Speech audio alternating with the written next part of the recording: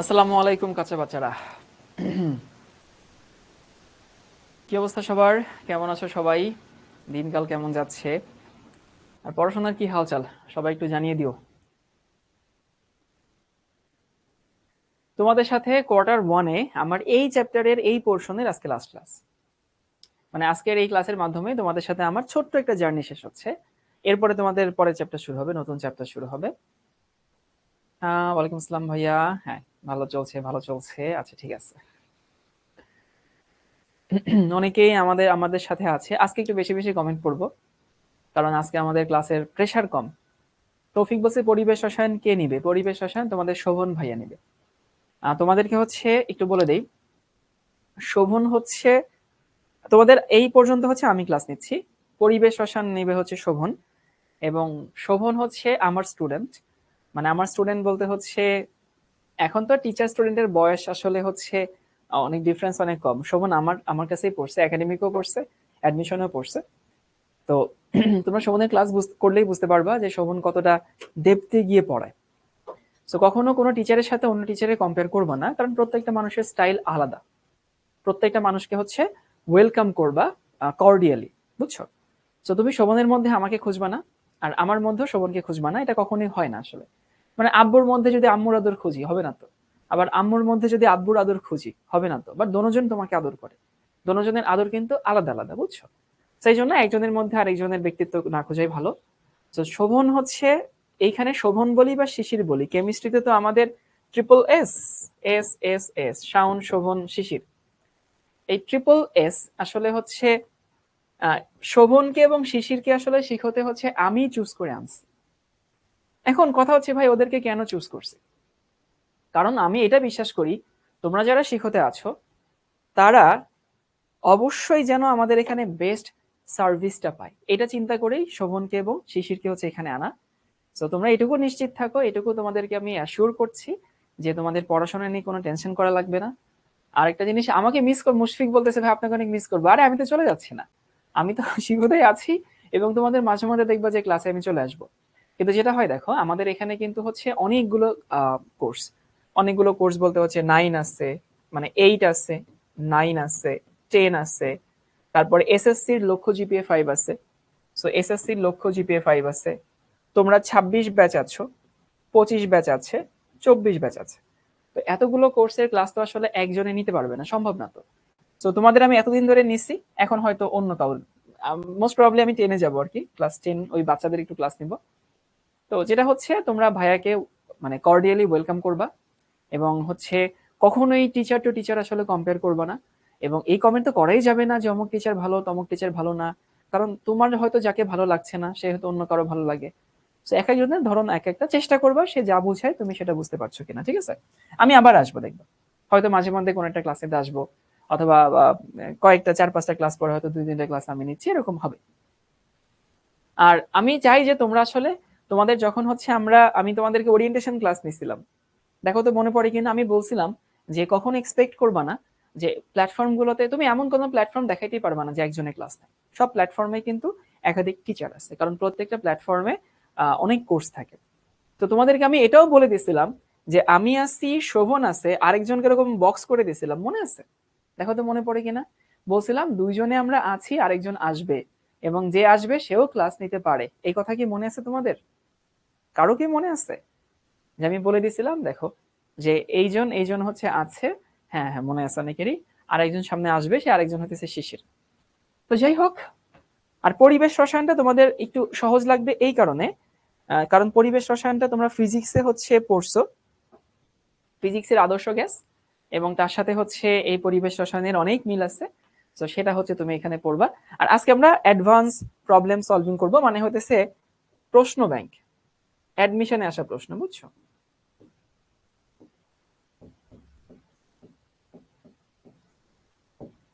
শিখো তোমাদেরকে শুধু এইচএসসি পরীক্ষার পড়া দিয়ে থামায় রাখে না, এমনি ক্লাসে আমি তোমাদের অনেক অ্যাডমিশনের পড়াশোনা হচ্ছে করাইছি, ক্লাসের মধ্যেই হয়ে গেছে। আর এখন হচ্ছে আমরা একটু আলাদা করে প্র্যাকটিস করব। নুরা জাহান বলছে ভাইয়া, আচ্ছা আপনার ক্লাস মিস করব রিপা। এই রিপা, সমস্যা নেই, আমি তো আছি, আমি তো সেগুলো থাকবোই। ভাই আপনি আপনি এরপর কোন অধ্যায় নেবেন? সম্ভবত তোমাদের হচ্ছে এরপরে পরিবেশ রসায়নের পরে যেটা শুরু হবে সেটা আমি নেব। প্রতি কোয়ার্টার শেষে 1 মাস করে বন্ধ কেন? আরে প্রতি কোয়ার্টার শেষে 1 মাস বন্ধ কেন? তুমি যে খাইছো, খাওয়ার পরে তোমাকে এটা হজম করতে হবে না? ভাইয়া দাদু কই? এই দাদু তো 2 জন শিক্ষতে, বড় দাদু ইকবাল ভাই, ছোট দাদু শোভন ভাইয়া। শোভন এখন 5 তলায় আছে, আমি তোমাদের 4 তলায় ক্লাস নিচ্ছি। তারপরে হচ্ছে এত কমেন্ট আসছে, যাই হোক আমরা এখন একটু ক্লাস শুরু করি, কমেন্টের ফ্লোটা কমুক, তারপরে হইতেছে আমরা বিগত বছরে ভর্তি পরীক্ষা আসা প্রশ্ন সমাধান। আমি তো দেখতে চাই কার কোথায় ভর্তি হওয়ার ইচ্ছা, তোমার টার্গেট আসলে কোনটা বা ড্রিম কোনটা?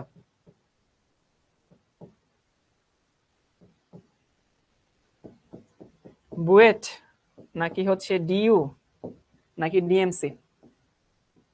নিজের ইচ্ছা বলতে কখনো সংকোচ বোধ করবা না।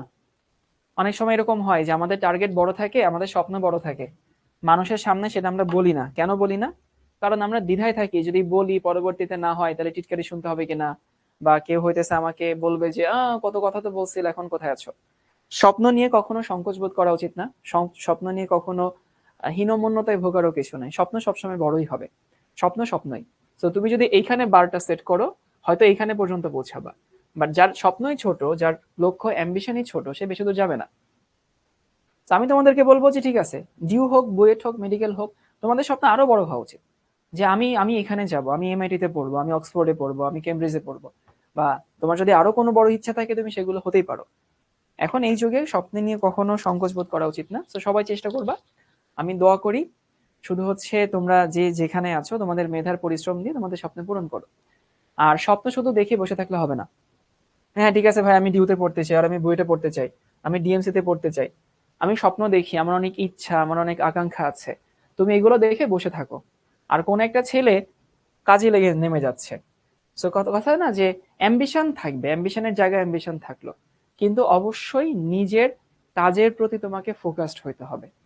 কারণ হচ্ছে মানে তুমি পড়ার টেবিলে বসে স্বপ্ন দেখছো বুয়েটে চান্স পেলে কি হবে, মেডিকেলে চান্স পেলে কি হবে, ডিউতে চান্স পেলে কি হবে। আরেকটা ছেলে এত চিন্তা ভাবনা না করে সে পড়াশোনা করছে।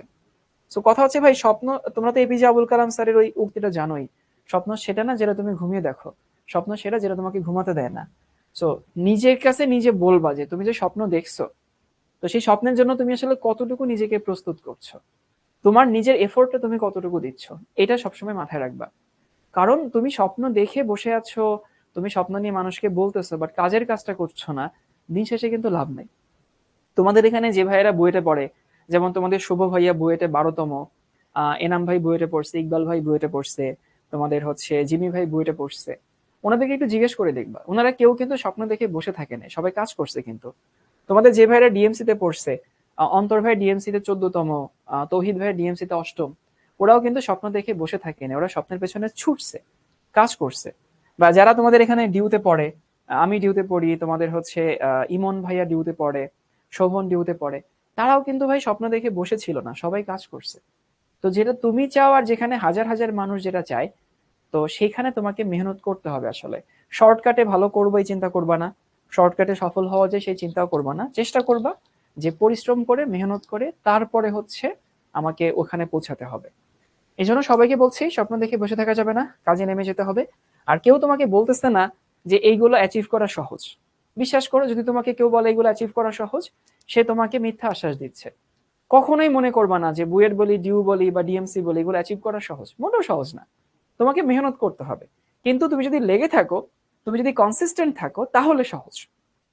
মানে কথা হচ্ছে যে ম্যাজিকটা হচ্ছে রেগুলারিটি। তোমাদের বলি না, যারা হোমওয়ার্ক করো নাই, যারা হোমওয়ার্ক করছো না তুমি এমনি পেছাচ্ছ, যারা করছো তারা এমনি আগাচ্ছ। তো এই যে এরকম বিভিন্ন আহ, আস্তে আস্তে একটা একটা একটা একটা করে ধাপ তোমাদের হচ্ছে যাচ্ছে, একটা ধাপে ধাপে হয়তো তুমি আগাচ্ছ, ধাপে ধাপে হয়তো তুমি পেছাচ্ছ।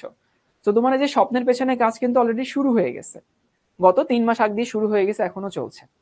আমরা এখন শুরু করে দিই। আর এই যে একটা কথা দেখো, এক্সাম টাইম তোমাদের 14 সেপ্টেম্বর 8টা থেকে লাইভ এক্সাম হবে।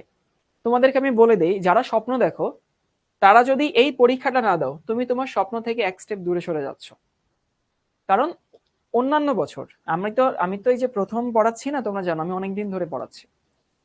তো এই যে আমি যে পড়াচ্ছি, দেখা যায় এই টাইপের প্রতিটা চ্যাপ্টার শেষে একটা করে লাইভ এমসিকিউ পরীক্ষা হয়। এই লাইভ এক্সাম যেটা হয়, অনেক মানুষ এই লাইভ এক্সামটাতে অ্যাটেন্ড করে না। এবং সাকসেস রেশিও বলা হয়।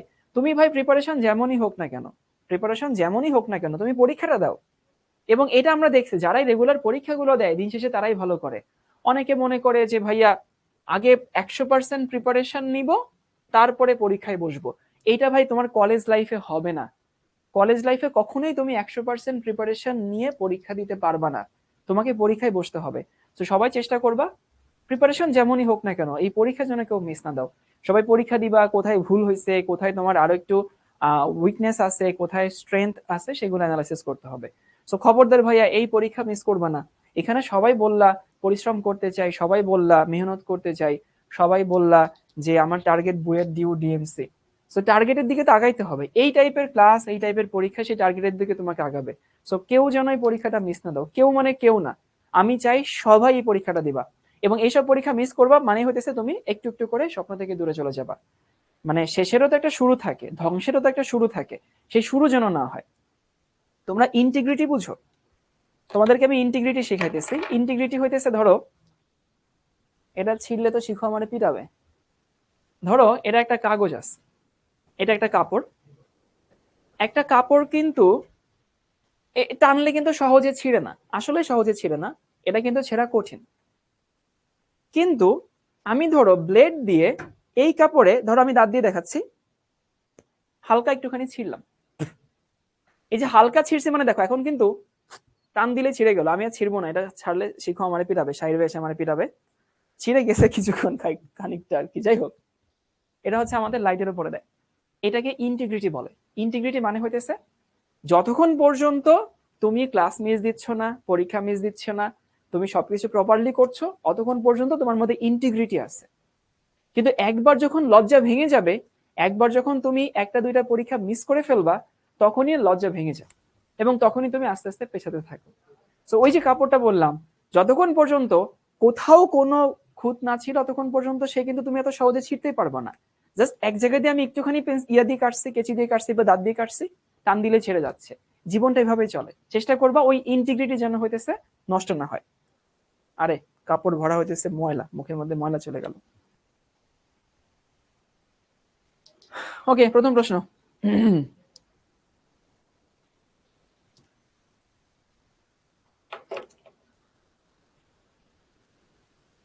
আচ্ছা দেখি, এটা আসছিল আইআইটি জেইই 1984। আচ্ছা আমি তোমাদেরকে একটু বলে দিই যে আইআইটি জেইই মানে কি। আইআইটি মানে হইতেছে ইন্ডিয়ান ইনস্টিটিউট অফ টেকনোলজি, মানে আমাদের দেশে যেরকম বুয়েট, ইন্ডিয়াতে সেটা হচ্ছে আইআইটি। এবং হচ্ছে আমাদের দেশে যে বুয়েট একটা হয় প্রিলিমস, একটা হয় হইতেছে রিটেন, সেরকম আইআইটিতে হচ্ছে একটা হয় ওদের জেইই, মানে জয়েন্ট এন্ট্রান্স এক্সাম। তো ওই জয়েন্ট এন্ট্রান্স এক্সাম 1984 সালে এই প্রশ্নটা আসছিল। আমরা একটু প্রশ্নটা পড়ি, এটা আমাদের সিলেবাসের সাথে মিলে যায় দেখে হচ্ছে আনা হয়েছে। The increasing order. Increasing order মানে হইতেছে লোয়েস্ট ফার্স্ট, মানে সব থেকে ছোটটা সবার আগে বসাবো আর কি, বুঝছো? For the values of E by M, এ তোমাকে কিন্তু ভ্যালু নিয়ে কথা বলছে, তোমাকে কিন্তু চিহ্ন নিয়ে কথা বলে নাই। চিহ্ন নিব না আমরা, শুধু ভ্যালু নিব। তাহলে আমাকে বলছে যে increasing order for the E by M charges versus mass for the electron, proton, neutron and alpha particle. So আমাদেরকে ইলেকট্রন, প্রোটন, নিউট্রন এবং আলফা পার্টিকেলের ভর বাই চার্জ এদের রেশিওটা হচ্ছে আমাদেরকে বের করতে বলছে। কি বলছে আবারও বলতেছি, তা ইনক্রিজিং অর্ডার বের করো। ইনক্রিজিং অর্ডার মানে কি? সব থেকে ছোটটা সবার আগে, তারপরে আস্তে আস্তে আমরা বড়র দিকে যাব। এখন সব থেকে ছোট যেটা সেটা সবার আগে বসবে, তারপরে বড় কিসের? এই যে এইটার E by M. E by M মানে হইতেছে এইটা, যে উপরে হচ্ছে চার্জ আর নিচে হচ্ছে ভর। এই রেশিওটা হইতেছে আমরা বের করব, লোয়েস্ট ফার্স্ট আগে বসাবো। চলো একটু বের করে দেখি। আচ্ছা তোমরা চাইলে সবার আপেক্ষিক ভর এবং আপেক্ষিক চার্জ নিতে পারো, তাহলে তোমার আনসারটা সহজে বের হবে। প্রথমে দেখি হইতেছে ইলেকট্রন। দেখো electron, proton, neutron and alpha particle. ইলেকট্রনের ভর কত? ইলেকট্রনের ভর কিন্তু অলমোস্ট জিরো। সো জিরো বা ইলেকট্রনের চার্জ কত? ইলেকট্রনের চার্জ হইতেছে 1, আর ভর কত? জিরো। মানে ইলেকট্রনের জন্য এই মানটা প্রায় অসীম আসে, প্রায় অসীম আসে। এবার দেখি হচ্ছে আমি যদি হচ্ছে প্রোটনের জন্য বের করতে চাই, উপরে নিতে হবে চার্জ। দেখো উপরে চার্জ, প্রোটনের চার্জ 1, এই প্রোটনের আপেক্ষিক ভরও কত 1 না, তার মানে এখানে মানটা 1 আসে। আমি যদি হইতেছে তারপরে নিউট্রনের জন্য বের করি, দেখো নিউট্রনের চার্জ কত 0, উপরে চার্জ আর নিচে হচ্ছে ভর, নিউট্রনের ভর কত 1, তার মানে এইখানে মানটা 0 আসে। এরপর যদি আমি বলি আলফা পার্টিকেল, আলফা পার্টিকেলের ভর কত, সরি উপরে কত চার্জ, চার্জ হচ্ছে 2 আর ভর কত 4 না, আলফা মানে তো হিলিয়াম, হিলিয়ামের ভর কত 4, তার মানে এখানে থাকে 0.5।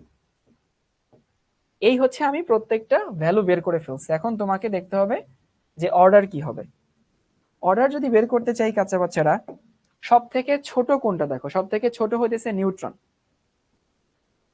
সব থেকে ছোট নিউট্রন, লোয়েস্ট ফার্স্ট, এই যে নিউট্রন লিখলাম সবার আগে, তারপরে হইতেছে নিউট্রন হইতেছে 0, তারপরে হইতেছে আলফা কণা, নিউট্রনের পরে আলফা কণা, তারপরে হইতেছে কে প্রোটন, এই হচ্ছে আমাদের প্রোটন, আর তারপরে কি, তারপরে হইতেছে ইলেকট্রন।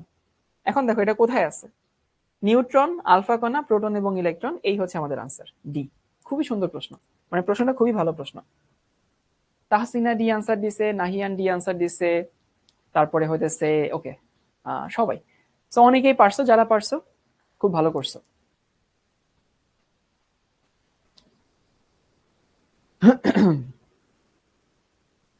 সবাই কি বুঝতে পারছি কাহিনীটা কি হয়েছে? ওকে, আমরা পরের প্রশ্নে আসি।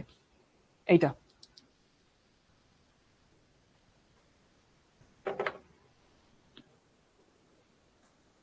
এইখানে আমাকে বলছে হচ্ছে দ্য এনার্জি, শোনো তোমরা যারা হইতেছে বাংলাদেশের আইইউটি তে পরীক্ষা দিবা, আইইউটি, ওইখানেও কিন্তু প্রশ্ন বাংলায় থাকে না। মানে বুঝতে পারছো যে বাংলাদেশের ইউনিভার্সিটি আছে আইইউটি, সেখানেও কিন্তু হচ্ছে বাংলায় প্রশ্ন থাকে না। তো আমরা ইংরেজি টার্মগুলোর সাথে একটু পরিচিত হই, এগুলো তোমাকে উপকার করবে, তোমার অপকার করছে না আর কি। The energy of an electron, এবং এখানে খুব আহামরি কঠিন ইংরেজি কিন্তু নাই, সায়েন্সের ভাষাগুলো নর্মালি পরিচিতই হয়। The energy of an electron in the first Bohr orbit of hydrogen atom is এত। প্রথম সেন্টেন্সটার অর্থ হচ্ছে যে হাইড্রোজেনের প্রথম শক্তি স্তরের শক্তি একটা মান দেওয়া আছে। কি বলছি ভাইয়া? হাইড্রোজেনের প্রথম শক্তি স্তরের শক্তির একটা মান দেওয়া আছে। আমাকে বলছে যে হাইড্রোজেনের তৃতীয় শক্তি স্তরের শক্তি কত হবে। এখন আমাকে বলো তো, এই আনসার ফান্সার বাদ দাও, প্রথম শক্তি স্তরের শক্তি বেশি নাকি তৃতীয় শক্তি স্তরের শক্তি বেশি, কি মনে হয়? প্রথম শক্তি স্তরের শক্তি বেশি না তৃতীয় শক্তি স্তরের শক্তি বেশি? অবশ্যই তৃতীয় শক্তি স্তরের শক্তি বেশি হবে, বুঝো কিনা? আমি বলতে চাচ্ছি যে প্রথম শক্তি স্তরের শক্তি থেকে তৃতীয় শক্তি স্তরের শক্তি বেশি হবে। এখন বেশি হবে মানে হইতেছে আমাদের কিন্তু এখানে চিহ্ন নিয়ে কাজ করতে বলে নাই, আমাদেরকে কাজ করতে বলছে কি নিয়ে, ভ্যালু নিয়ে। ভ্যালু, ভ্যালু দেখো সবগুলো কিন্তু ভ্যালু, সবগুলো ভ্যালু। তাহলে আমরা ইকুয়েশন কি জানি, যে ই এন সমান E1 বাই হইতেছে n স্কয়ার। আশা করি সবার এই ফর্মুলা মনে আছে। তার মানে কি হবে, এখানে E3 সমান, এখানে E1 তো E1 বাই হইতেছে 3 তার স্কয়ার, মানে কি থাকে 9 থাকে। তাহলে আমাদের এখানে উত্তর কি, উত্তর হইতেছে সি। সি মানে হচ্ছে 1/3 অফ দিস ভ্যালু। ভ্যালুটা উপরের দিকে কমতে থাকে বাট আলটিমেট মানটা হচ্ছে বাড়তে থাকে। হ্যাঁ, অনেকেই সি আনসার দিচ্ছে, গুড। এই হচ্ছে আমাদের সেই ফর্মুলা, রেলেভেন্ট ফর্মুলা।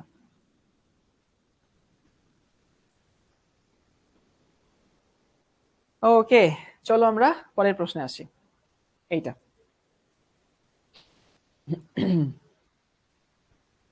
এটা তোমাদের আমি ক্লাসে করাইছি। আচ্ছা, which of the following is the energy, মানে হুইচ অফ দ্য ফলোইং মানে নিচের কোনটা, কি বলছি, which of the following is the energy of A possible excited state of hydrogen. মানে প্রশ্ন হইতেছে কি বলছে, প্রশ্ন বলছে যে এরকম, নিচের কোনটা, নিচের কোনটা হাইড্রোজেনের নিচের কোনটা হাইড্রোজেনের এক্সাইটেড স্টেটের পসিবল আনসার? মানে তুমি যদি হাইড্রোজেন বলো, তাহলে ধরো হাইড্রোজেন তো 1 নম্বর শক্তি স্তর ইলেকট্রন আছে, তাই না? তো 1 থেকে সে 2 এ যেতে পারে, 1 থেকে সে 3 এ যেতে পারে, তাই না? যে কোনো জায়গায় যেতে পারে, 1 থেকে সে 4 এ যেতে পারে।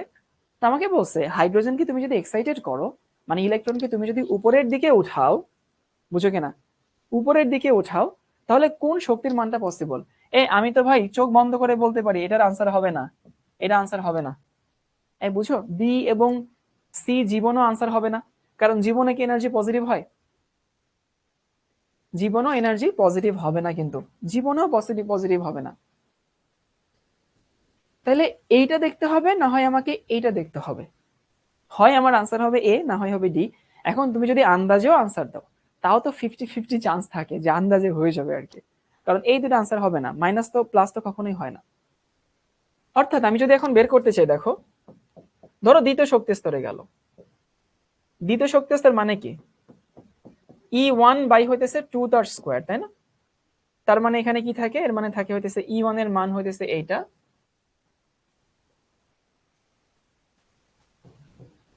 -13.6 ইলেকট্রন ভোল্ট বাই হইতেছে 4। এই হাইড্রোজেনের প্রথম শক্তি স্তরের শক্তি -13.6, এই মানটা সবাই একটু মুখস্থ রেখো, এটা মুখস্থ মান আর কি। তাহলে আলটিমেটলি কি থাকে, 13.6 ভাগ হচ্ছে 4, তাহলে এখানে -3.4 ইলেকট্রন ভোল্ট। যদি হাইড্রোজেন দ্বিতীয় শক্তি স্তরে যায়, তাহলে এই 3.4 ইলেকট্রন ভোল্ট হয়। ধরো তৃতীয় শক্তি স্তরে গেল, দেখি সেখানে কত হয়, চেক করতেছে আর কি। -E1 বাই হইতেছে 9, তার মানে এখানে কি থাকে,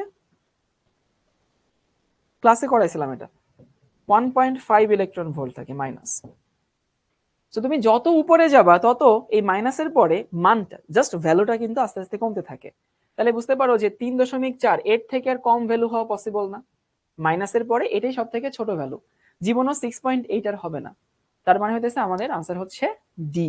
ওকে, খুব সুন্দর প্রশ্ন এটা। মানে হাইড্রোজেনকে তুমি যদি এনার্জেটিক করো, তাহলে ইলেকট্রন তো সর্বোচ্চ, মানে সব থেকে লোয়েস্ট কেস সিনারিও বা ওর্স্ট কেস সিনারিও দ্বিতীয় শক্তি স্তরে গেছে, নাহলে তৃতীয়তে গেল, চতুর্থতেই গেল, পঞ্চমেই গেল। তাহলে এই যে চতুর্থ গেল, পঞ্চমে গেল, যেখানেই যাক না কেন মানটা কিন্তু 3.4 এর থেকে আর ছোট হবে না, এর থেকে সরি বড় হবে না, ছোট হইতেই থাকবে, ছোট হইতেই থাকবে। E1 মানে হইতেছে এইটা হাইড্রোজেনের প্রথম শক্তি স্তরের শক্তি, এই মানটা 13.6। ওকে, এবার দেখে এটা, হাইড্রোজেন পরমাণুর তৃতীয় শক্তি স্তরের ইলেকট্রনের বেগ নির্ণয় করো। ইলেকট্রনটি প্রতি সেকেন্ডে কতবার আবর্তন করে? এটা কি আমরা ক্লাসে করাইছি না? এটা কিন্তু ক্লাসে করানো হয়েছে, বাট তারপরে হচ্ছে আমি তোমাদেরকে একটু লিখে দিচ্ছি।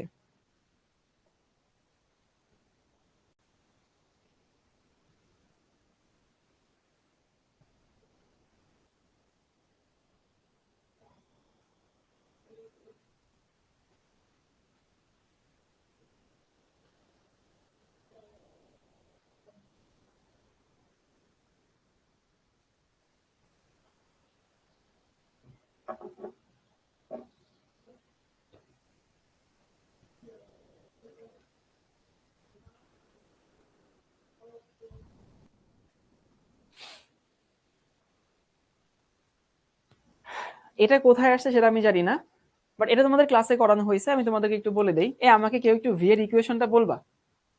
হুম, আমার না এটা মনে থাকে না, শুধু এটা মনে আছে নিচে একটা এন হয় আর একটা এইচ হয়, উপরে কি হয় ভাই, কেউ একজন বলো তো প্লিজ।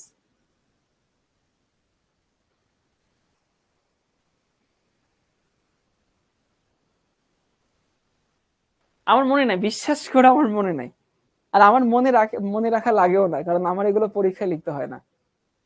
2π E², তৌফিক বলছে 2π, এটা এক একজন এক এক কথা বলে ভাই, এদের দিয়ে ভরসা নাই, আমি দেখে লিখি। না না না না, তোমাদেরকে ভরসা করা যাবে না, এরা আমাদেরকে ভুল পথে, আমাকে ভুল পথে প্রলুব্ধ করে, আমি দেখে তারপরে লিখি, ভরসা করা যাবে না। দাঁড়াও দাঁড়াও দাঁড়াও, আমি আমি নিজে লিখতেছি। 2 পাই জেড ই স্কোয়ার, 2 পাই জেড ই স্কোয়ার, আর নিচে NH। হ্যাঁ ঠিক আছে ঠিক আছে। আচ্ছা, আমাকে একজন একটা প্রশ্ন করছে যে ভাইয়া, আমি যদি বিদেশে পড়তে যাই তাহলে হচ্ছে আমাকে কি অ্যাডমিশন দিয়ে যেতে হবে কিনা। তোমাদের মধ্যে যদি কারো বিদেশে যাওয়ার ইচ্ছা থাকে আমি তাকে একটু বলে দিচ্ছি। সেটা হচ্ছে, একটু কমেন্ট করা বন্ধ করো, কথাগুলো মনোযোগ দিয়ে শোনো, যেহেতু আজকে হচ্ছে আমাদের পড়াশোনা খুবই কম। কে জিজ্ঞেস করছে আমার মনে নাই, বাট জিজ্ঞেস করছে ভাই ও বিদেশে অ্যাব্রোডে পড়াশোনা করতে চায়, তো হইতেছে সেক্ষেত্রে ওকে স্কলারশিপ পাওয়ার ব্যাপার স্যাপার। প্রথমত হইতেছে, একটা হইতেছে যে তুমি এখানে বিএসসি করে গেলা, মানে ব্যাচেলর অফ সায়েন্স করে গেলা। সো এটা হচ্ছে বিএসসির আগে, একটা হচ্ছে বিএসসির পরে, বুঝছো। সো প্রথমত বিএসসির আগে একটু টাফ বিদেশে যাওয়াটা। বিদেশে তুমি যদি সেলফ ফাইন্যান্সে যেতে চাও, সেলফ ফাইন্যান্স মানে হইতেছে তুমি নিজের টাকা খরচ করে পড়তে যাবা, সেইটা খুব সহজেই পারা যায়। ওইটা তুমি অনেক দেশেই পারবা, যেমন জার্মানিতে টিউশন ফি নাই, জার্মানিতে পড়তে গেলে কলেজে টাকা পয়সা দিতে হয় না আর কি। সো আরো কয়েকটা দেশ হয়তো আছে টিউশন ফিস নাই। সো তুমি যদি বিএসসির আগে যেতে চাও, যাওয়াটা অনেক কঠিন। প্রতি বছর দেখবা খুব হাতে গোনা যারা একেবারে ন্যাশনাল লেভেলে টপার হয়, ওরকম দু একজন হইতেছে বিএসসি মানে হচ্ছে ইউনিভার্সিটি পড়ার আগে বিদেশে গিয়ে পড়াশোনা করতে পারে, যারা এক্সট্রিমলি ভালো রেজাল্ট করে। ওদের ধরো হচ্ছে অলিম্পিয়াডে অনেক ভালো করে, ওরা বিভিন্ন কম্পিটিশন করে আসছে, ওই টাইপের মানুষজন। সেটা হাতে গোনা, প্রতি ব্যাচ থেকে হয়তো। বিএসসি মানে ব্যাচেলর অফ সায়েন্স, অনার্স যেটাকে বলে, তোমরা যারা ইঞ্জিনিয়ারিং পড়বো না ওইটা, যারা ইঞ্জিনিয়ারিং পড়বা ভার্সিটিতে পড়বো ওটাকে বিএসসি বলে আর কি। একটা বিএসসি ইঞ্জিনিয়ারিং, একটা বিএসসি কি বলে অনার্স। সো এইখানে যাওয়াটা টাফ। এবং এইখানে ইউনিভার্সিটিগুলো, বিদেশি ইউনিভার্সিটিগুলো আসলে স্কলারশিপ দিতে চায় না, দিবে না। ওরা স্কলারশিপ কেন দিবে না, আসলে স্কলারশিপ গুলো ইউজুয়ালি ভার্সিটি দেয় না, প্রফেসর দেয়। কিরকম, ধরো ধরো এক্স নামে একজন প্রফেসর আছে, তো সে একটা প্রজেক্ট পাইছে, ধরো কি প্রজেক্ট ধরলাম, কোভিড-19, সে একটা প্রজেক্ট পাইছে যে কোভিড-19 নিয়ে তুমি একটা রিসার্চ করো, আমাদের একটা ভ্যাকসিন বানাই দাও। এখন উনি তো আর একলা একলা এটা কাজ করতে পারবে না, তাই না। উনার তো এটার জন্য লোকবল দরকার। লোকবল মানে হইতেছে যারা হচ্ছে এই বিষয়ে অভিজ্ঞ। তখন কি করে উনারা, বিভিন্ন লাগবে, মানে পিএইচডির অফার দেয়। এবং সেখান থেকে আমাদের বাংলাদেশ, ভারত, পাকিস্তান, আমাদের যেহেতু একটু কম, চাহিদা কম, মানে ধরো একজন আমেরিকান একজন স্টুডেন্টকে পুষতে গেলে যে পরিমাণ মান্থলি ফি দেওয়া লাগে, তোমরা জানো কিনা, পিএইচডি করলে কিন্তু একজন স্টুডেন্ট বলি আর কি, সে কিন্তু তখনও টাকা পায়। মানে এমন না যে তাকে মাসে মাসে প্রফেসর টাকা দেয় কিন্তু। তো যেটা হয়, তো এই সময় আসলে, তো এই জন্য হইতেছে ওই যে তোমার প্রফেসররা হচ্ছে তখন অনেক স্কলারশিপ দেয়, যে তুমি আসো আমার সাথে কাজ করো, তোমার একটা ডিগ্রিও হয়ে যাবে, আবার আমার কাজও হয়ে যাচ্ছে, এবং তুমি বিদেশে যাচ্ছ। আর বাংলাদেশের ম্যাক্সিমাম মানুষ আসলে বিদেশে পড়তে যায় না, বুঝছো, খুবই কম, 1%ও না। সবাই বিদেশে যায় বিদেশে যাওয়ার জন্য, সবাই বিদেশে যায় সেটেল হওয়ার জন্য, বুঝছো। তুমি দেখবো বাংলাদেশের ম্যাক্সিমাম মানুষ বিদেশে, ঠিক এমন না যে ডিগ্রি আনতে যাচ্ছে, ও ডিগ্রি আনবে প্লাস বিদেশে থেকে যাবে, এই জন্যই যায় ম্যাক্সিমাম মানুষ। এখন তুমি যখনই হইতেছে কলেজ পাস করে ফেলছো, এইচএসসি পাস একটা স্টুডেন্ট, তো তুমি তো আসলে হইতেছে ওদেরকে ওই রিসার্চে তো হেল্প করতে পারবা না, কারণ তোমার তো আসলে ওই নলেজটা নাই। বুঝতে পারছো কি, এই জন্য তোমাকে আসলে ওরা টাকা দিতে চায় না, মানে বড় বড় দেশগুলো, প্রফেসর গুলো টাকা দিতে চায় না। কিন্তু বিএসসি করার পরে দেখবা ম্যাক্সিমাম অনেকেই বিদেশে চলে যেতে পারে।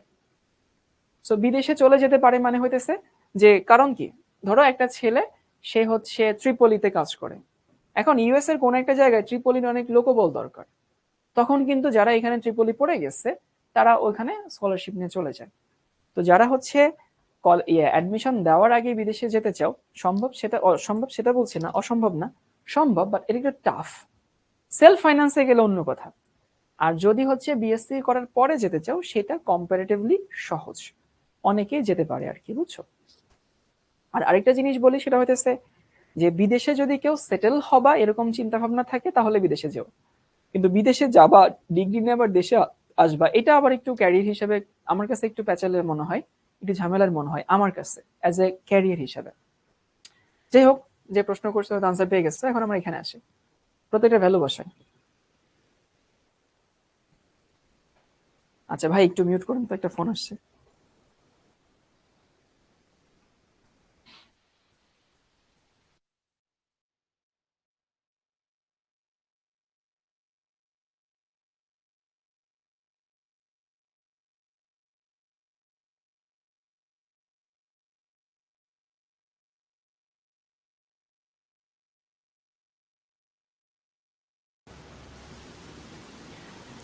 ওকে, তাহলে চলো আমরা একটু এখানে, আর আমি তোমাদের সবাইকে বলবো যে লাইফটা আসলে কিভাবে দেখা উচিত। লাইফটা আসলে ধরো এইখানে হচ্ছে তোমার, তুমি ধরো এইখানে আছো, এখন তোমার এইখানে ধরো একটা গেট আছে, একটা দরজা আছে, এইখানে আরেকটা দরজা আছে, এইখানে আরেকটা দরজা আছে, এইখানে তোমার হইতেছে গোল আছে লাইফের। যেমন ধরো একজন বললো আমি গুগলে কাজ করতে চাই, আমি ফেসবুকে কাজ করতে চাই। এখন কথা হচ্ছে ভাই, তুমি এইখান থেকে আগে কোন গেটটা নিয়ে তুমি চিন্তা করা উচিত? তোমার কি এই গেট নিয়ে চিন্তা করা উচিত নাকি এই গেট নিয়ে চিন্তা করা উচিত? তোমাকে অবশ্যই এই গেটটা নিয়ে চিন্তা করা উচিত, তাই না? সো কথা হচ্ছে তুমি যদি এখনো যে মানে, হ্যাঁ ঠিক আছে গুগল সিইও নিয়ে বা হতেছে গুগল বলো, তুমি ইন্টেল বলো বা ফেসবুক বলো, আশা থাকুক, বাট তোমার এখন ফোকাস করা উচিত কিন্তু তোমার সামনে যে গোলটা আছে বা সামনে যে হতেছে দরজাটা আছে সেটা নিয়ে হইতেছে তোমার ফোকাস করা উচিত। তোমার এখন কাজ হচ্ছে, আমার এই শাওন ভাইয়ের এখন ক্লাসটা হচ্ছে, এই ক্লাসটা মনোযোগ দিয়ে করা, এইচএসসি কলেজের ফার্স্ট টার্ম পরীক্ষা ভালো করা, তারপরে হইতেছে এইচএসসি পরীক্ষা ভালো দেওয়া। সো তুমি এভাবে আগাও, দেখবা যে স্মুথলি সব আগাবে। একসাথে সব চিন্তা করতে গেলে কিন্তু ঝামেলা হয়ে যাবে। স্বপ্ন স্বপ্নের জায়গায় থাকুক, তুমি কাজের মধ্যে মনোযোগ দাও। এই টু তো টু, পাই তো পাই। জেড এর মান 1। কেন ভাই জেড এর মান 1? কারণ আমাকে হাইড্রোজেন বলছে। ই মানে হইতেছে এইটা 4.8 ইন্টু 10⁻⁻10, তার হচ্ছে স্কয়ার।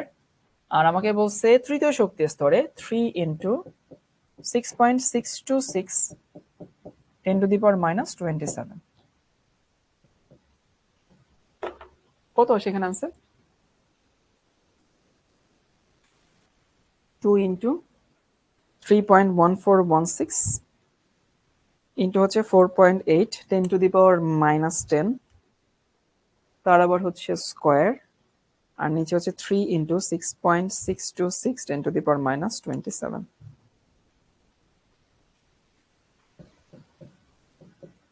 7.28 ইন্টু 10 কত, 1 2 3 4 5 6 7, 7, এত কি হবে? Centimetre per second. Easy PG lemon squeegee জিনিস।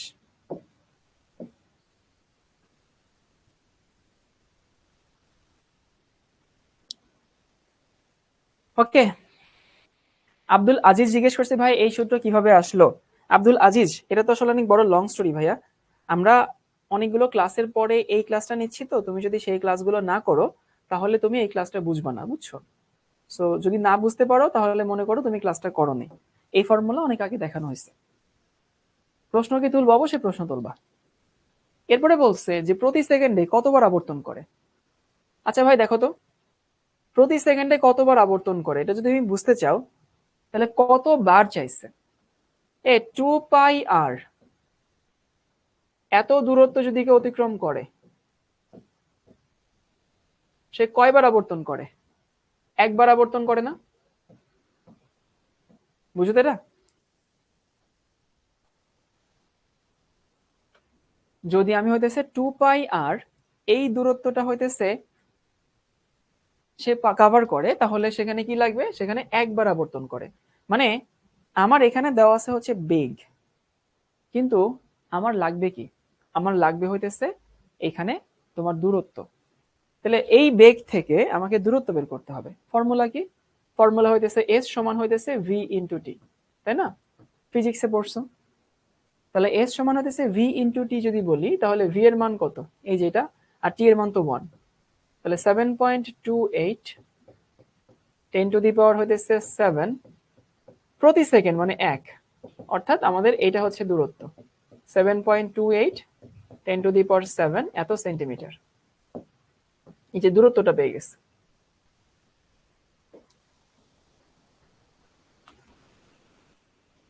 তাহসিনা বলছে কোন এককে মান বসাইতে হয় সেটা আমার সমস্যা হয় স্যার। তাহসিনা, জাস্ট 3টা ইকুয়েশনে তুমি সিজিএস বসাবা, বাকি সবগুলোতে তুমি তোমার ইচ্ছা মতো নিতে পারো। তোমাদেরকে আমি যে 3টা ইকুয়েশন শিখাই দিয়েছিলাম, একটা হইতেছে ই এর ইকুয়েশন, দেখো ই এর ইকুয়েশন একটা শিখাইছিলাম, ভি এর ইকুয়েশন একটা শিখাইছিলাম, আর আর এর একটা ইকুয়েশন শিখাইছিলাম। এই 3টা ইকুয়েশন বাদে বাকি সব ইকুয়েশনে তুমি যেরকম ইচ্ছে সেরকম মান বসাতে পারো, কোনো সমস্যা নেই। একজন বলতেছে এটা এসআই তে করা যাবে কিনা, এটা অনেকবার ক্লাসে বলছি আসলে এসআই তে করলেও সমস্যা নেই, কিন্তু যেহেতু তুমি সিজিএস এ আমার সাথে করে অভ্যস্ত, সিজিএস এই করো। তাহলে আমাদের এখানে হতেছে 7.28 10⁻7। এত দূরত্বে কতবার কভার হবে? কভার হবে হইতেছে এইটা 7.28। এই প্রশ্নটাই ক্লাসে সলভ করে দিয়েছিলাম, বাই হচ্ছে 2πr।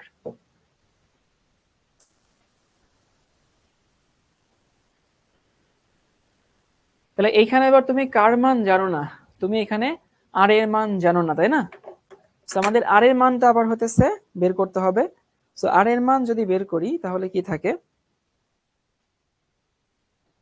তাহলে আলটিমেটলি থাকে হইতেছে 7.28 10⁻7 divided by 2 into pi into R এর মান কত তোমাদের মনে আছে কিনা শর্টকাট 5.3 ইন্টু 10⁻⁻9 ইন্টু হইতেছে 3 তার স্কোয়ার। সো এখানে থাকে হইতেছে 2.4 ইন্টু 10⁻14 এতবার। এই হচ্ছে আমাদের আনসার।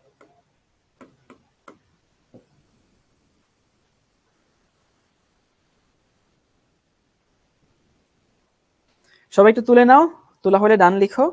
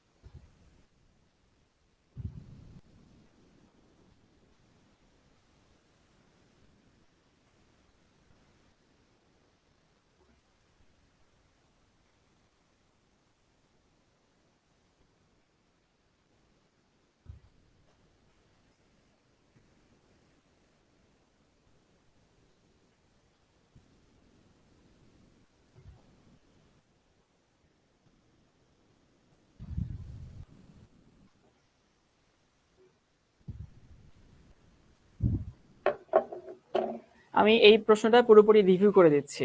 প্রশ্নটা হইতেছে এইটা যে হাইড্রোজেন পরমাণু তৃতীয় শক্তি স্তরের বেগ নির্ণয় করো। এখন তৃতীয় শক্তি স্তরের বেগ নির্ণয়ের ফর্মুলাটা এইটা, তোমাদেরকে এই ফর্মুলাটাতে আমি বলছিলাম CGS A শিখবা। CGS a value বসাইলাম, answer বের হইলো। কেউ একজন জিজ্ঞেস করছিল ভাইয়া এই ফর্মুলাটা কই থেকে আসছে? এই ফর্মুলাটা আসলে ভাই ক্লাসে আমরা অনেক কষ্ট করে প্রতিপাদন করছিলাম, ক্লাস দেখলেই বুঝতে পারবা। আবার অনেকে জিজ্ঞেস করছিল 4.8 10⁻10 কই থেকে পাইছেন? এটা হচ্ছে সিজিএস এককে ইলেকট্রনের চার্জের মানটা, আর এটা হচ্ছে আমাদের এইচ এর মান হচ্ছে প্ল্যাঙ্কস কনস্ট্যান্ট। সো আমি ওইটা দিয়ে আমি বেগ বের করলাম। এখন আমাকে বলছে প্রতি সেকেন্ডে কতবার রোটেশন করবে। তো 2πr পরিমাণ দূরত্ব গেলে তো সে একবার রোটেশন করে। সো আমি দেখলাম যে আমাদের এখানে দরকার কি হইতেছে, দরকার হইতেছে হচ্ছে দূরত্ব, কিন্তু আমার কাছে আছে কি বেগ। সো বেগের দূরত্ব বের করতে গেলে সময় দিয়ে গুণ করতে হয়। তো সময় দিয়ে যদি হইতেছে, একজন বলছে আনিকা ভাই আমাদের কলেজে স্যার এসআই দিয়ে করাইছে, সিজিএস দিয়ে করলে কেটে দিবে। না, জীবনও কেটে দিবে না, কোনো স্যারের কাটার ক্ষমতা নাই। কারণ একক সিস্টেম তো একক সিস্টেম। তুমি 1 মিটারে কেউ যদি মানে 100 সেন্টিমিটার বলে, এখানে তো ভুল কোনো করার কথা নাই। আনিকা যদি কেটে দেয়, স্যারের সাথে স্ট্রংলি বাট পোলাইটলি ভদ্রভাবে বলবা যে স্যার কেউ যদি 1 মিটারকে 100 সেন্টিমিটার বলে তাতে ভুল কোথায় হয়। সো এসআই সিজিএস এর জন্য কেউ তোমাকে কেটে দিবে না, এই গ্যারান্টি তোমাকে আমি দিচ্ছি। তো আমি এখানে কি করছি, এস সমান ভিটি নিচ্ছি। এসআই তে করলে ভুল সেটা বলতেছে না, বাট সিজিএস এ করলে তোমরা পরবর্তীতে হেল্প পাবে অ্যাডমিশনের সময় গিয়ে। তোমাদের আমি যেটাই করাচ্ছি, যে যখনই যা করাচ্ছি তার পেছনে রিজন আছে, রিজন ছাড়া করাচ্ছি না। তো এস সমান ভিটি নিচ্ছি, এই টি তো 1 সেকেন্ড, তো এই জন্য যেটাই বেগ সেটাই হইতেছে আমাদের দূরত্ব। এখন আমি দেখলাম 2πr দূরত্ব কভার করে একবার, তাহলে এত দূরত্ব কভার করে কতবার রোটেশন হয়। তো সেখানে আমি আর এর মানটা জানি না আর কি। সো আর এর মানটা যদি আমি বের করতে চাই, আর এর একটা ইকুয়েশন ছিল, দেখো তোমাদের যদি মনে থেকে থাকে, এটা হচ্ছে আর এর ইকুয়েশন। আর সমান হইতেছে 5.3 into 10⁻⁻9 into N square by Z. এই ইকুয়েশনটা সবার খাতায় দেখবা লেখা আছে। আর এর শর্টকাট ওই মানটা আমি এখানে বসাইছি। হাইড্রোজেন যেহেতু Z1 হয়ে গেছে, নুসরাত জাহান জেড এর মান 1। ওকে, এই প্রশ্নটা একটু লিখে নাও।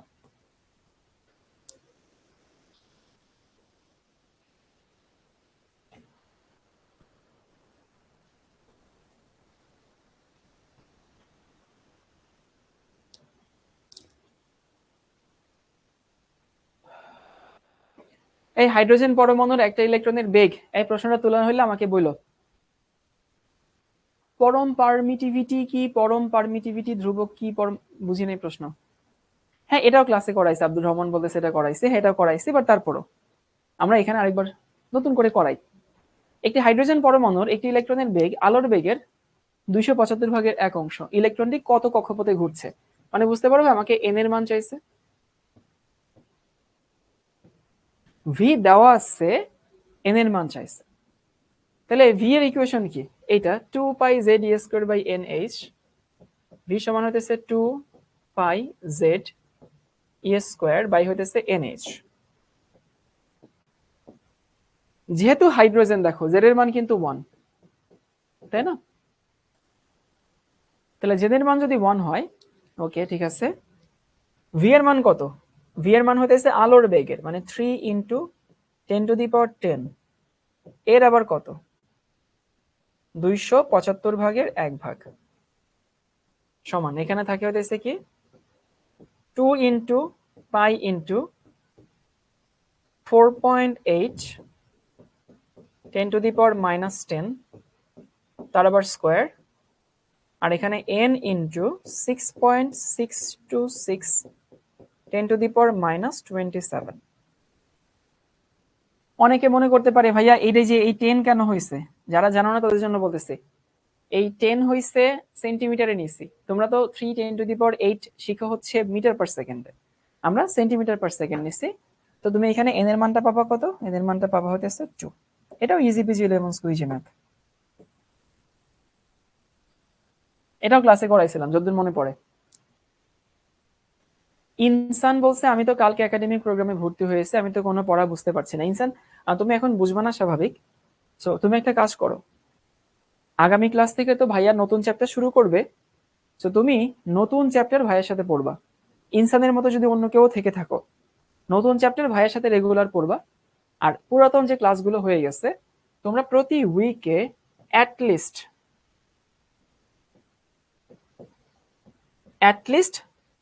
4টা করে ক্লাস দেখবা, যারা পিছায় পড়ছো আর কি, বুঝছো?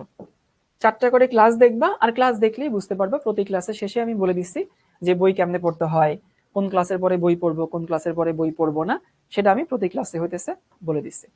তো যারা নতুন, রাদিফ নতুন আছে, ইনসান নতুন আছে, সবাইকে সেম কথা প্রযোজ্য। দ্রাব্যতা পড়াবেন না সান সাজনিন, না ভাইয়া এই কোয়ার্টারে দ্রাব্যতা পড়া হবে না। দেখো এইটা, এই প্রশ্ন দেখে তো ভয় লাগতেছে, কিরে বাবা কত কঠিন প্রশ্ন। মানে কঠিন প্রশ্ন মানে হইতেছে যে হচ্ছে অনেক বড় আর কি, বাট সমস্যা না, আমরা মানে উদ্ধার করি। চলো,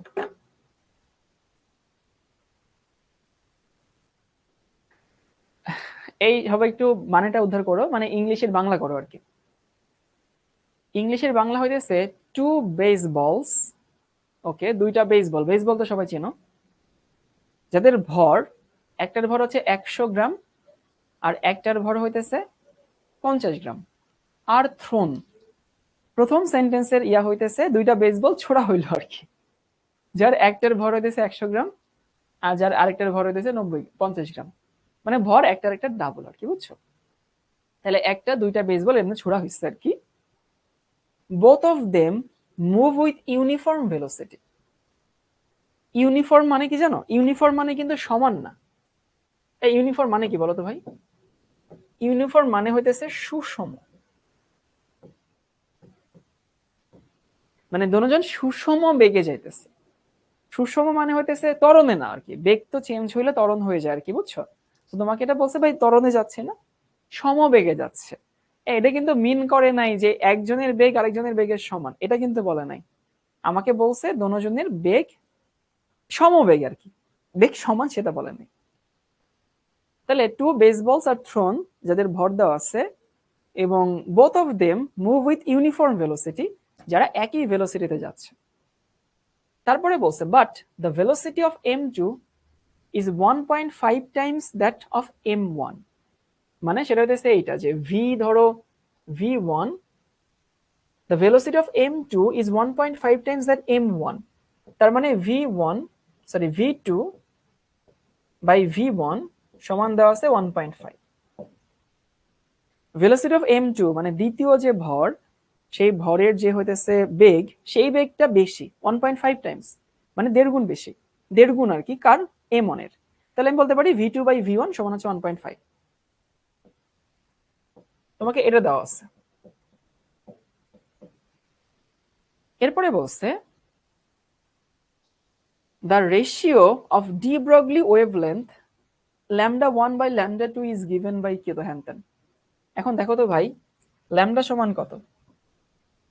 ল্যামডা সমান হইতেছে h বাই হইতেছে mv না? নিয়ন দাস অলরেডি আনসার দিয়ে দিছে। সো ল্যামডা সমান h/mv। তাহলে আমি যদি বের করতে চাই λ1 বাই হচ্ছে λ2, যেহেতু এখানে h কনস্ট্যান্ট, h দুই ক্ষেত্রেই কনস্ট্যান্ট, তাহলে আমি বলতে পারি কি কি হবে, এই ল্যামডা m এর ব্যস্তানুপাতিক ল্যামডা v এর ব্যস্তানুপাতিক। ব্যস্তানুপাতিক হলে উল্টে পাল্টে যায় না? তো উল্টে পাল্টে যদি যায় তার মানে কি হবে, এখানে হবে হচ্ছে m2/m1, দেখো উল্টে গেছে কিন্তু, ইনটু v2/v1, এটা উল্টে গেছে। তার মানে কি দাঁড়ায় ভাইয়া, m2/m1, m2 হইতেছে 50, m1 হইতেছে 100, ইনটু v2 হচ্ছে v2/v1 তো 1.5, তাহলে উপরে থাকে 1.5 আর নিচে থাকে হচ্ছে 2।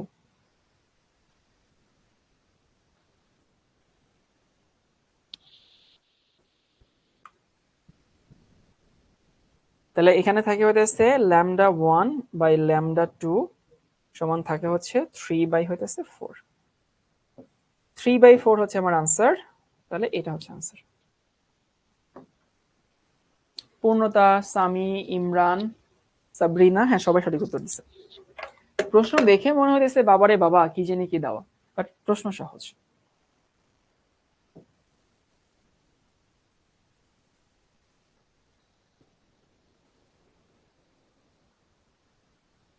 তাহলে আমি প্রশ্নটা আবার বুঝাই দিচ্ছি। প্রশ্নটা হইতেছে এইটা যে আমাকে দুইটা বেসবল ছোড়া হয়েছে, প্রথমটা এবং দ্বিতীয়টার ভর দেওয়া আছে, এবং আমাকে বলছে দ্বিতীয়টার বেগ প্রথমটার বেগের 1.5 গুণ। এই যে ভেলোসিটি অফ m2 মানে দ্বিতীয়টার বেগ 1.5 times then that of m1, so দ্বিতীয়টার বেগ এই যে v2/v1 ইজ 1.5। এখন ল্যামডা সমান কি, ডি ব্রগলির ইকুয়েশন, ল্যামডা সমান h/mv। তাহলে ল্যামডা সমান হচ্ছে h/mv যদি হয়, তাহলে h তো আসলে কনস্ট্যান্ট, কারণ h এই ক্ষেত্রে ওই ক্ষেত্রে দুই বলের ক্ষেত্রেই তো সেম। তো সেখানে আমি দেখলাম ল্যামডা m এর ব্যস্তানুপাতিক ল্যামডা v এর ব্যস্তানুপাতিক। ব্যস্তানুপাতিক হইলে এই রেশিও আর এই রেশিও উল্টে যায়, এই রেশিও উল্টে যায়, ভ্যালু বসাইছে। দেখো তো এটা পারো কিনা।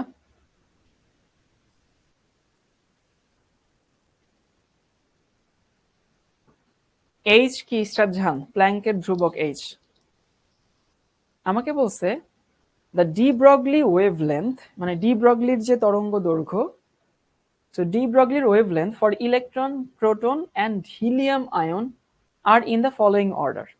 Okay, so আমাকে বলছে যে the speed of electron, proton and alpha কণা are the same। দেখো এদের সবার হইতেছে আলফা কণা সেম আছে, মানে স্পিড সেম দেওয়া আছে। আগে প্রশ্নটাকে বাংলায় ট্রান্সলেট করে দিই। বাংলায় প্রশ্নটা হইতেছে কি মিন করে, বাংলায় মিন করে হইতেছে এইটা, the de Broglie wavelength for lambda মানে wavelength মানে lambda for electron, proton এবং helium ion are in the following order, যেটার স্পিড সেম। সো আমাকে এখন দেখাইতে হবে যে ডি ব্রগলির ওয়েভলেন্থ কার বেশি, সেই অর্ডার কোনটা। তোমাকে ল্যামডার অর্ডার করতে হবে যদি এরা সমবেগে যায়। তাহলে ভাই আমরা কি জানি ল্যামডা সমান হচ্ছে h/mv না?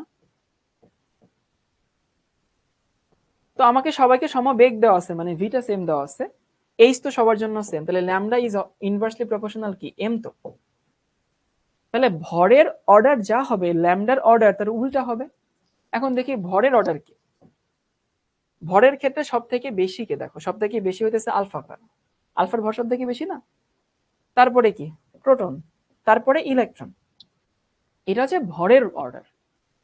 তাহলে ভাই ল্যামডার অর্ডার কি হবে, ঠিক এর উল্টা হবে, আলফা, তারপরে প্রোটন, তারপরে হচ্ছে ইলেকট্রন।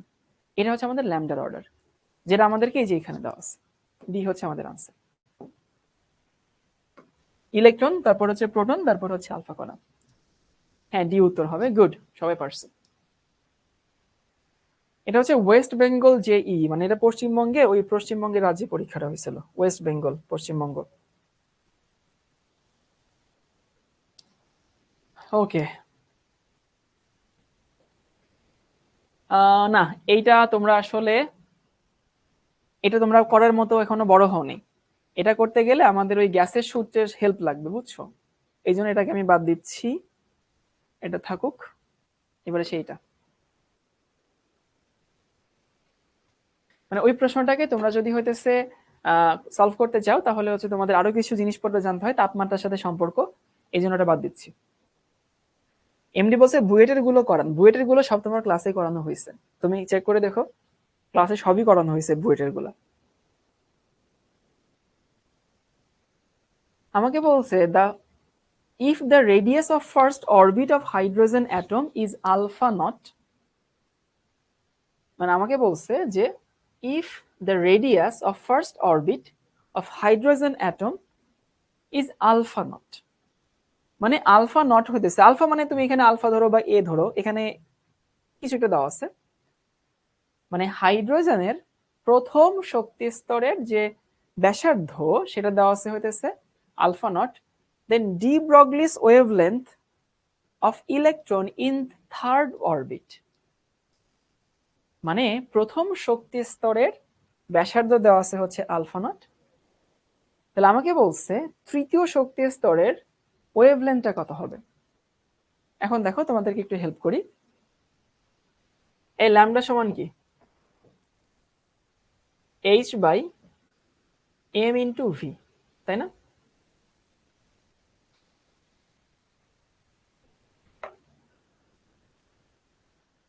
এখন এটা কোন শক্তি স্তরে বলছে, আমাকে তৃতীয় শক্তি স্তর বলছে। এইখানে অপশনে সবগুলো হচ্ছে আলফা নট, একটু দিয়ে দিই তাহলে অপশনগুলো আরো পরিপূর্ণ হবে। এখানে আলফা নট, এইখানে আলফা নট, আর কি, বুঝছো? এই দুটো জায়গায় মিসিং হয়ে গেছিল, ওটা নিয়ে প্যারা নিও না। এই আলফা আর ওই আলফা এক জিনিস না, অনেকে আলফা বলতে হিলিয়াম বুঝাতেছে, এটা জাস্ট আলফা একটা সিম্বল দেওয়া আছে, আলফা নট থাকতে পারতো, আর নট থাকতে পারতো। এবার আমরা একটু দেখি যে এখানে কাহিনীটা কি হয়েছে।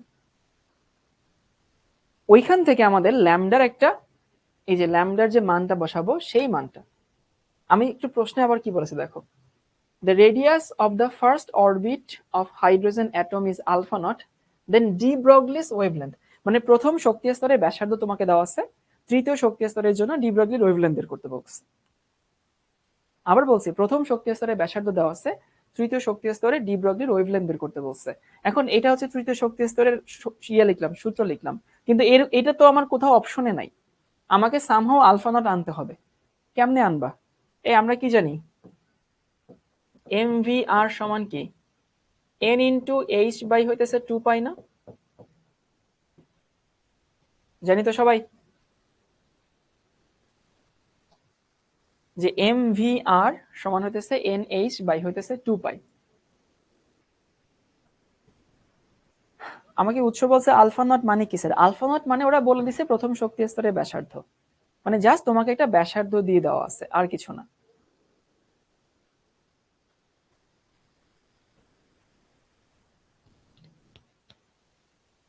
তাহলে ভাই এখানে কি থাকে, এখানে থাকে হইতেছে এম ভি সমান থাকে হইতেছে এখানে 3 ইন্টু এইচ বাই হইতেছে 2 পাই ইন্টু হচ্ছে আর 3। এটা তো তৃতীয় শক্তি স্তর, তাই না? তাহলে আমি দেখলাম যে এমভি সমান কি থাকে, মানে আমি এমভিটাকে আসলে রিপ্লেস করতে চাই, বুঝছো?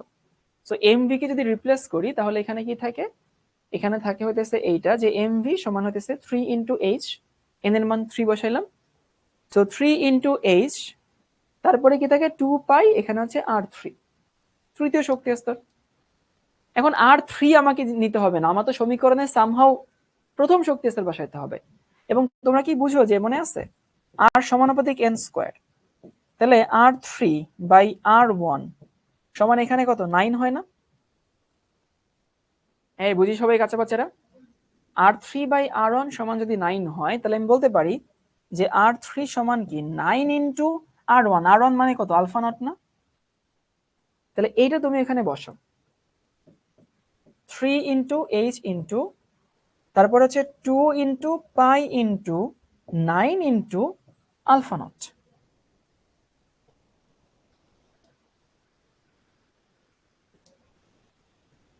সেটা যদি বসাও দেখো এইটা এটা কাটাকাটি যায়, তার মানে 3 থাকে। সো 3 যদি থাকে তাহলে আলটিমেটলি আমরা কি পাচ্ছি, আমরা পাচ্ছি হইতেছে এইচ বাই হইতেছে 2 পাই, মানে 6 into pi into alpha naught থাকে। সেই ভ্যালু এখানে বসাও, তাহলে উপরে থাকে হইতেছে এইচ আর নিচে থাকে হইতেছে H by 6 into pi into alpha naught. H S কাটাকাটি যায়, so 6 into pi into alpha naught থাকে। এই হচ্ছে আমার আনসার। আচ্ছা, অনেকেই বুঝে নাই, আমি এটা সবাইকে আবার শুরু থেকে বোঝাচ্ছি। এই প্রশ্নটা এত আমজনতা লেভেলের প্রশ্ন না, যদু মধু কদু লেভেলের প্রশ্ন না, প্রশ্নটা অনেক টাফ প্রশ্ন, বাট আমি তোমাদেরকে সলভ করে বুঝাই দিচ্ছি কিভাবে তুমি অ্যাপ্রোচ করবে। সবাই একটু কমেন্ট করা বন্ধ করো, কমেন্ট করলে তুমি জীবনেও বুঝবে না। অতীত অভিজ্ঞতা বলে ক্লাসে যারা বেশি কমেন্ট করে তারা ক্লাসে কম বুঝে, আর যারা মনোযোগ দেয় তারা একটু ক্লাসে কমেন্ট কম করে। আমাকে বলছে হাইড্রোজেনের প্রথম শক্তি স্তরের শক্তি দেওয়া আছে, প্রথম শক্তি স্তরের ব্যাসার্ধ আলফা নট দেওয়া আছে। সো অনেকে আলফা নটই খুঁজে বের করতে পারতেছো না। আলফা নট কিছুই না, আলফা নট একটা সিম্বল ওরা দেওয়া আছে, জাস্ট দিয়ে দিস আলফা নট।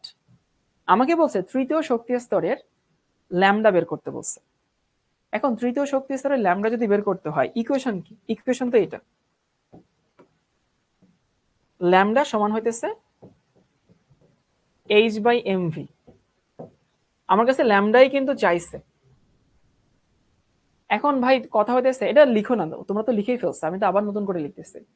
এখন এইটাই তোমাকে প্রশ্নে চাইছে, কিন্তু ভাই দেখো তো অপশনে কি কোথাও এরকম আছে? একটা অপশনে কি এরকম আছে? উত্তর হচ্ছে না। তাহলে আমি একটা অপশন পাইলাম না যে অপশনটা আমার ওরকম আছে। তাহলে এইটাকে আমার কাহিনী করতে হবে, এটাকে আমার অন্য রকমের কাবজাব করতে হবে, মানে এইচ রাখা যাবে না, এমভি রাখা যাবে না। এবার তুমি চিন্তা করবা, আচ্ছা তাহলে আমাকে এমভি দূর করতে হবে ইকুয়েশন থেকে। ল্যামডার মানই তো চাইছে, কিন্তু এমভি রাখা যাবে না, এইচ রাখা যাবে না, কারণ কি একটা অপশনও সেগুলো নাই। তাহলে আমার কাজ হচ্ছে এখন এই এমভিটা দূর করতে। এখন তুমি মনে মনে চিন্তা করো, আচ্ছা এমভি আছে এমন ইকুয়েশন আমি কি জানি? এমন ইকুয়েশন আমি জানি হইতেছে, এটা কিন্তু তৃতীয় শক্তি স্তরের জন্য, এটা এরকম ইকুয়েশন তুমি জানো হইতেছে এইটা, এমভি আর সমান হইতেছে এনএইচ বাই হইতেছে 2 পাই। তাহলে দেখো আমাকে কি করতে হবে, এমভি মান বের করতে হবে। এমভি সমান কি? এমভি মানে হইতেছে এন ইন্টু এইচ বাই হইতেছে 2 ইন্টু পাই ইন্টু এখানে আর। যেহেতু তৃতীয় শক্তি স্তর, তার মানে হইতেছে 3 into H by 2 into pi into, এটা আমি আর 3 দিছিলাম কারণ কি, এটা তো তৃতীয় শক্তি স্তরের জন্য আমরা বের করতেছি, তাই না? তাহলে তৃতীয় শক্তি স্তরের জন্য যদি বের করতে চাই তাহলে এখানে আর 3 লিখলাম। কিন্তু আর 3 মানে কত? তোমরা কি বুঝো যে আর 3 মানে হইতেছে 9 ইন্টু আর অন, জানা আছে? যেহেতু বর্গের সমানুপাতিক, তাহলে আমি বলতে পারি 3 ইন্টু এইচ ইন্টু এখানে থেকে 2 into pi into 9 into alpha naught, কারণ আর ওয়ান মানেই তো আলফা নট, তোমাকে দিয়ে দেওয়া আছে। তুমি এই যে এম ভি, এটা কার মান? এম ভি এর মান। এই মানটা তুমি এখানে বসাও, বসাইলে তুমি 6 ইন্টু আলফা নট পেয়ে যাবে। এই হচ্ছে আমাদের আনসার। এবার কি বুঝতে পারছি? শাফিন বলছে এত কাহিনী করে কেমনি করে আনে? ভাই কাহিনী করতে হবে এগুলো। তোমার এই ক্লাসের নামটা কি অ্যাডভান্স প্রবলেম সলভিং না? তো তুমি নিশ্চয়ই অ্যাডভান্স প্রবলেম সলভিং ক্লাসে এসে এক্সপেক্ট করতে পারো না যে তোমাকে এখন আমি বোর্ডের ইকুয়েশন এমভি আর সমান এনএস বাই 2 পাই এর ম্যাথ করাবো, কারণ সেগুলো নিয়ে তো তোমাকে আসলে আমি অনেক করাই ফেলছি অনেক আগে। এই ক্লাসে তুমি যদি সব পারো তাহলে তো হবে না। এবার দেখো এটা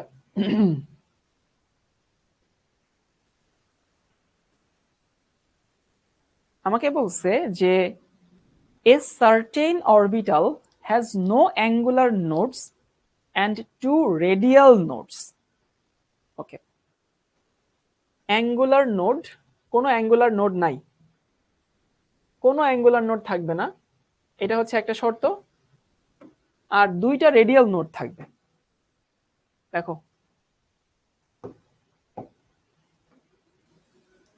তাহলে তোমাদের অ্যাঙ্গুলার নোডের ফর্মুলা মনে আছে, যে এল এর মান হচ্ছে আমাদের অ্যাঙ্গুলার নোড, মনে করার চেষ্টা করো।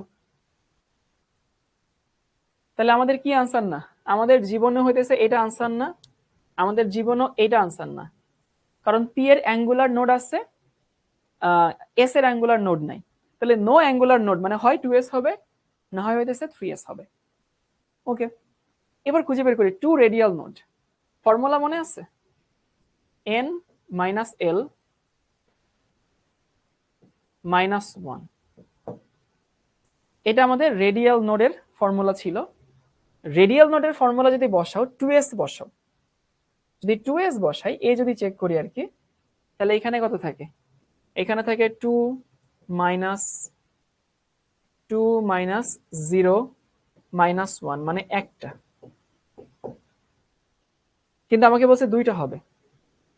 সো এখানে হইতেছে যে 2 মাইনাস 0 মাইনাস 3 মাইনাস 0 মাইনাস 1, এটা হচ্ছে আমাদের আনসার।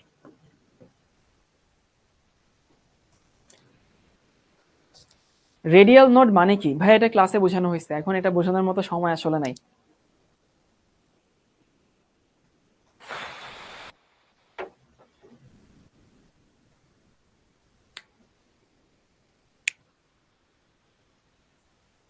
দেখো তো এই প্রশ্নটা আমরা সলভ করতে পারি কিনা। প্রশ্নে বলছে the maximum number of electrons, the maximum number of electrons that can have principal quantum number মানে প্রধান কোয়ান্টাম সংখ্যা 3 অ্যান্ড স্পিন কোয়ান্টাম নাম্বার হইতেছে -12। এটা খুব মজার প্রশ্ন, মানে আমাকে বলছে যে এরকম কতগুলো ইলেকট্রন থাকবে যার প্রধান কোয়ান্টাম নাম্বারের মান হচ্ছে 3 আর স্পিন কোয়ান্টাম নাম্বারের মান হইতেছে হাফ, এরকম কতগুলো ইলেকট্রন পসিবল, বের করতে পারবা? হিসাব করা ছাড়া যে Rahatul, good, thank you Rahatul. Rahatul already আমাকে আনসার বের করে দিচ্ছে। তারপর হাসিবুল ভুল আনসার দিচ্ছে, ওমর ফারুক আবার সঠিক উত্তর দিচ্ছে। আচ্ছা, ম্যাক্সিমাম প্রধান কোয়ান্টাম নাম্বার যদি 3 হয়, মানে n সমান 3 হয়, এখানে ইলেকট্রন কয়টা? 18টা না? ইলেকট্রন যদি 18টা হয় ভাই, এই 18টা ইলেকট্রনের ক্ষেত্রে ভাই 9টা এক স্পিনে থাকবে, 9টা বিপরীত স্পিনে থাকবে। তাহলে আনসার কত? আনসার হচ্ছে 9টা রে ভাই, কে জানি 4 4 লিখেই যাচ্ছে। উত্তর হচ্ছে কত? উত্তর হচ্ছে 4টা না 9টা। মোট ইলেকট্রন 18টা, তাহলে হইতেছে 18টা 9টার জন্য প্লাস হাফ আর 9টার জন্য মাইনাস হাফ। তাহলে আনসার কি হবে? আনসার হবে হইতেছে 9টা। গুড, অনেকে পারছো এটা।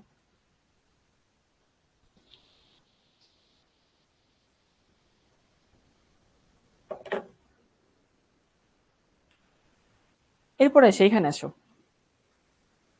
the number of given orbitals, the number of given orbitals which have electron density alongside the axis, alongside মানে বরাবর, মানে alongside মানে হতেছে বরাবর। আমাকে নিচে অনেকগুলো অরবিটাল দেওয়া আছে, বুঝছো?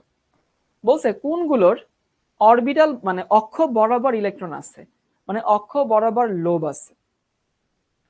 আমাকে বলছে নিচে আমি অনেকগুলো এরকম দিয়ে দিলাম, অরবিটাল দিয়ে দিলাম। তো প্রশ্ন হচ্ছে বাবা, এগুলোর মধ্যে কোনটাতে অক্ষ বরাবর হইতেছে ইলেকট্রন ডেনসিটি আছে? এই পি এক্স এ আছে না? আছে তো, এটাতে আছে। পি ওয়াই তেও আছে, পি জেড এও আছে। পি এক্স এ আছে, পি ওয়াই তে আছে, পি জেড এ আছে। যদি মনে না থেকে থাকে তাহলে বলে দিচ্ছি, দেখো পি এক্স এ কি ছিল, দেখো এটা এক্স এক্সিস, এটা ওয়াই এক্সিস, এক্স এবং এক্স এক্সিস বরাবর ছিল না? হ্যাঁ, শাখাওয়াত অলরেডি আনসার দিছে। ডি এক্স ওয়াই তে কি ছিল না? ডি এক্স ওয়াই তে ছিল না, কিন্তু ডি এক্স ওয়াই তে মাঝামাঝি ছিল। ছবিগুলো কল্পনা করো, D Y Z Z X না, আরেকটা হতেছে এইটা, এটাতে ছিল আর এটাতে ছিল। তাহলে 1 2 3 4 5, এই 5 হচ্ছে আমাদের আনসার।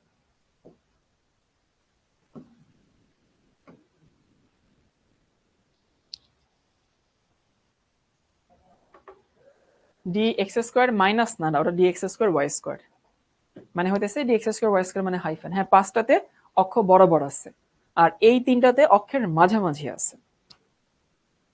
এরপরে আসি হচ্ছে এটা, গ্যালিয়াম প্লাস আয়নের যোজ্যতা স্তরের জন্য সহকারী কোয়ান্টাম সংখ্যার মান লিখো।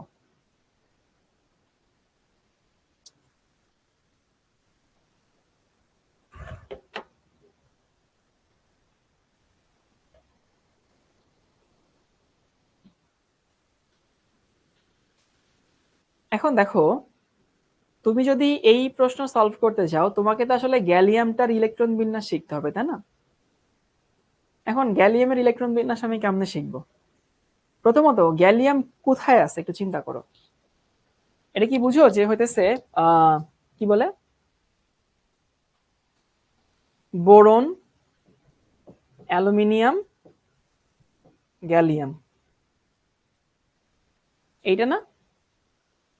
মানে তুমি যদি বলো যে বোরন, অ্যালুমিনিয়াম আর তার নিচেই হইতেছে গ্যালিয়াম, এখন বোরন, অ্যালুমিনিয়াম, গ্যালিয়াম, এইখানে ঠিক গ্যালিয়াম আছে, আবার তার উপর একটা প্লাস চার্জ আছে। প্লাস পরে দেবো, আগে দেখি গ্যালিয়ামটাকে আমরা চিনি, ইলেকট্রন বিন্যাস চিনি। বোরনের শেষে তুমি কত পাবা? 2s2 2p1, দেখো এটা পাবো। তাহলে গ্যালিয়ামের শেষে কয়টা পাবো? 3s2, সরি অ্যালুমিনিয়ামের 3p1। এগুলো স্মার্টনেস, এগুলো স্মার্টনেস। তাহলে গ্যালিয়ামের শেষে কি হবে কাঁচা বাচ্চারা? 4s2, এখানে 2 হবে আর কি, 4s2 4p1। দেখো এটা হচ্ছে গ্যালিয়ামের ইলেকট্রন বিন্যাস করে ফেলছে। আমার তো সব ইলেকট্রন তো দরকার না, আমার দরকার হচ্ছে শেষে যারা আছে তারা। এরপরে আমি নিব হইতেছে গ্যালিয়াম প্লাস। গ্যালিয়াম প্লাস মানে কি, সেই 4p ছেড়ে দিবে। তাসিনা বলছে 118টা কি মুখস্থ করা লাগবে না, 30টা মুখস্থ করো তাইলেই হইতেছে। তাহলে এখানে 4s2 এবং হইতেছে 4p0। তাহলে বলো গ্যালিয়াম প্লাসের এখন এখন হইতেছে ওদের যোজনী ইলেকট্রন কোনটা, এই যে এইটা না? এখন এইটার জন্য সহকারী কোয়ান্টাম সংখ্যা কত? এল এর মান কত কাঁচা বাচ্চারা? 0। কেন 0? কারণ হইতেছে এস এ আছে সেটা।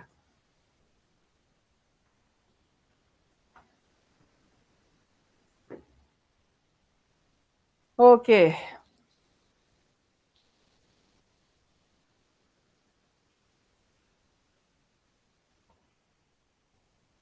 এটা তোমাদেরকে হোমওয়ার্ক দেওয়া ছিল, একটু বলে দিই। এটা কই থেকে আসছে জানো? এটা আসছে হইতেছে যে হাইজেনবার্গের অনিশ্চয়তা নীতি থেকে আসছে। কি বলছি ভাই, এটা কোন টপিক থেকে আসছে? এটা আসছে হইতেছে, কয়টা আছে আর, ও বাবা,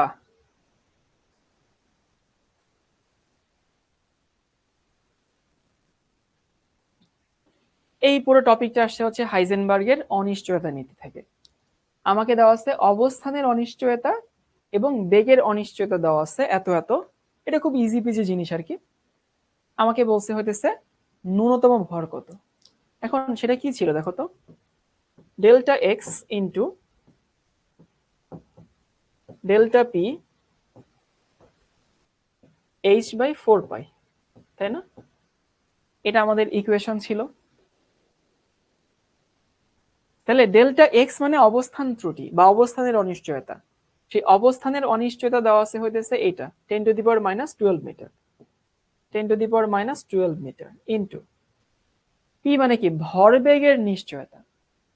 ভরবেগ মানে কি, এম ইন্টু ডেল্টা ভি, তাই না? ভরটা তো সেম, সমান হইতেছে এইচ বাই 4 পাই। এই আমাদের কিন্তু ভরবেগের অনিশ্চয়তা দেওয়া নাই, আমাদেরকে দেওয়া আছে হচ্ছে শুধু বেগের অনিশ্চয়তা, ভরটাকে আমি আলাদা করে রেখে দিচ্ছি। তাহলে 10⁻⁻12 ইন্টু এম ইন্টু বেগের অনিশ্চয়তার মান হইতেছে 4.75 ইন্টু 10⁻⁻20, এখানে থাকে হচ্ছে এইচ বাই হইতেছে 4 পাই। সো এইচ এর মানটা হইতেছে এইটা 6.626 মাইনাস 34 আর হচ্ছে 4 পাই।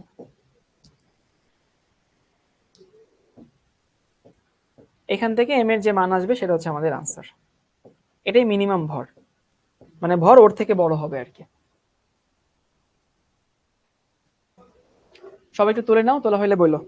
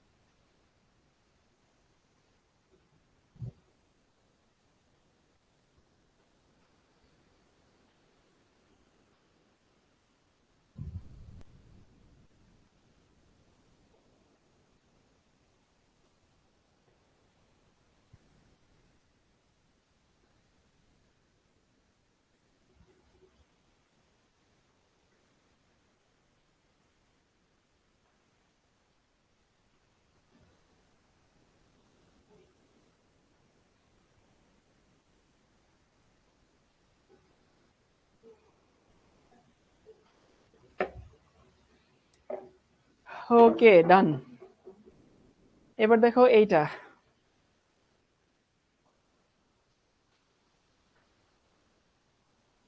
এই প্রশ্ন হচ্ছে পৃথিবী মানে সূর্যর সূর্যের চারদিকে পৃথিবী, পৃথিবীর চারদিকে চাঁদ, আর পরমাণুর চারদিকে ইলেকট্রন পরিভ্রমণ করে। বিশাল একটা কথা লেখা আছে, পড়ে তো মিলাইতেই পারলাম না, বুঝার চেষ্টা করি আর কি। সূর্যের চারদিকে পৃথিবী, হ্যাঁ ঠিক আছে, আর পৃথিবীর চারদিকে চাঁদ, আর পরমাণু ইলেকট্রনের চারপাশে ঘোরাফেরা করে। ওকে, ভালো কথা। এম অফ ডাব্লিউ, এ শোনো, এম অফ ডাব্লিউ মানে হইতেছে, এটা কি বুঝাইছে? ডাব্লিউ মানে হইতেছে পৃথিবী হচ্ছে আর্থ, সান, মুন। এম অফ ডাব্লিউ কেন হবে? ডাব্লিউ কই থেকে আসলো? ও, ডাব্লিউ বলতে ওরা ওয়ার্ল্ড বুঝাচ্ছে, বুঝছো, ওয়ার্ল্ড।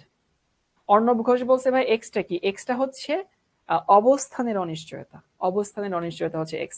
এটা হাইজেনবার্গের অনিশ্চয়তা নীতি থেকে আসছে। হ্যাঁ, আমি আর্থ চিন্তা করতেছিলাম। তো পৃথিবীর ভর দেওয়া আছে, এম অফ ওয়ার্ল্ড। ওকে, পৃথিবীর বেগ দেওয়া আছে।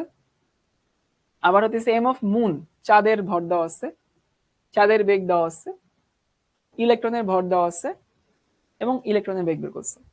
পৃথিবী, চাঁদ এবং ইলেকট্রনের তরঙ্গ দৈর্ঘ্য নির্ণয় করো এবং এর মধ্যে কোনটি পরিমাণযোগ্য তরঙ্গ দৈর্ঘ্য ব্যাখ্যা করো। এই তোমাদেরকে এরকম সিমিলার একটা ম্যাথ করাইছিলাম, মনে আছে?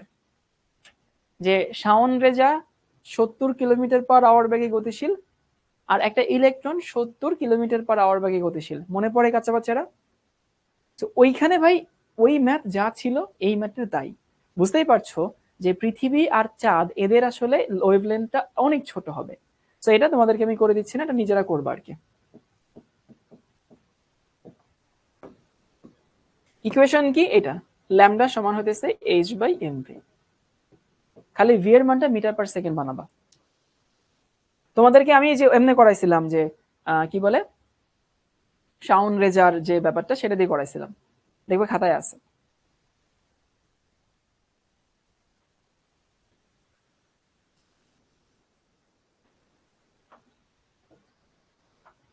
আমাকে বলছে যে 3s এর একটি ইলেকট্রনের অরবিটালের কৌণিক ভরবেগের মান এত হলে x এর মান কত? এটা খুব ইজি পিজি লেমন স্কুইজি প্রশ্ন। 3s, এই যে 3s, 3s মানে তৃতীয় শক্তি স্তর আর কি, বুঝছো? কৌণিক ভরবেগের মান দেওয়া আছে এইটা। এখন আমরা কি জানি কৌণিক ভরবেগের ইকুয়েশন কি? mvr সমান কি n ইন্টু h বাই হইতেছে 2 পাই, তাই না? ওইটার আমার মান দেওয়া আছে হইতেছে কি? মান দেওয়া আছে হইতেছে x ইন্টু h বাই হইতেছে 2 পাই। এখন দেখো তৃতীয় শক্তি স্তর মানে এখানে তুমি কি বসাবা? 3 ইন্টু h বাই 2 পাই। এটা আবার দেওয়া আছে x ইন্টু h বাই 2 পাই। তাহলে ভাই x এর মান কত? x এর মান তো 3 না? একদম ইজি পিজি লেমন স্কুইজি জিনিস। তো x সমান কি? x সমান হচ্ছে 3।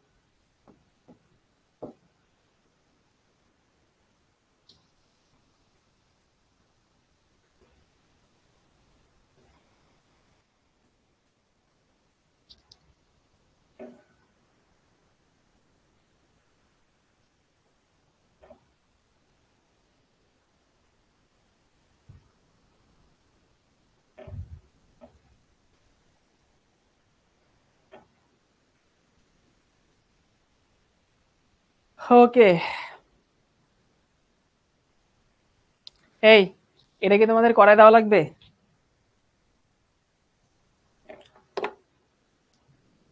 এইটা তোমাদেরকে করাই দিলে তোমাদের হচ্ছে সক্ষমতার প্রতি আমার অসম্মান করা হবে। তো আমি চাই না তোমাদের সক্ষমতার প্রতি অসম্মান করা হোক। এটা কিন্তু তোমাদের ক্লাসে করানো হয়েছে। তো এটাও তোমাদেরকে আমি হোমওয়ার্ক দিচ্ছি। এই সেম প্রশ্নই তোমাদের ক্লাসে করানো হয়েছে।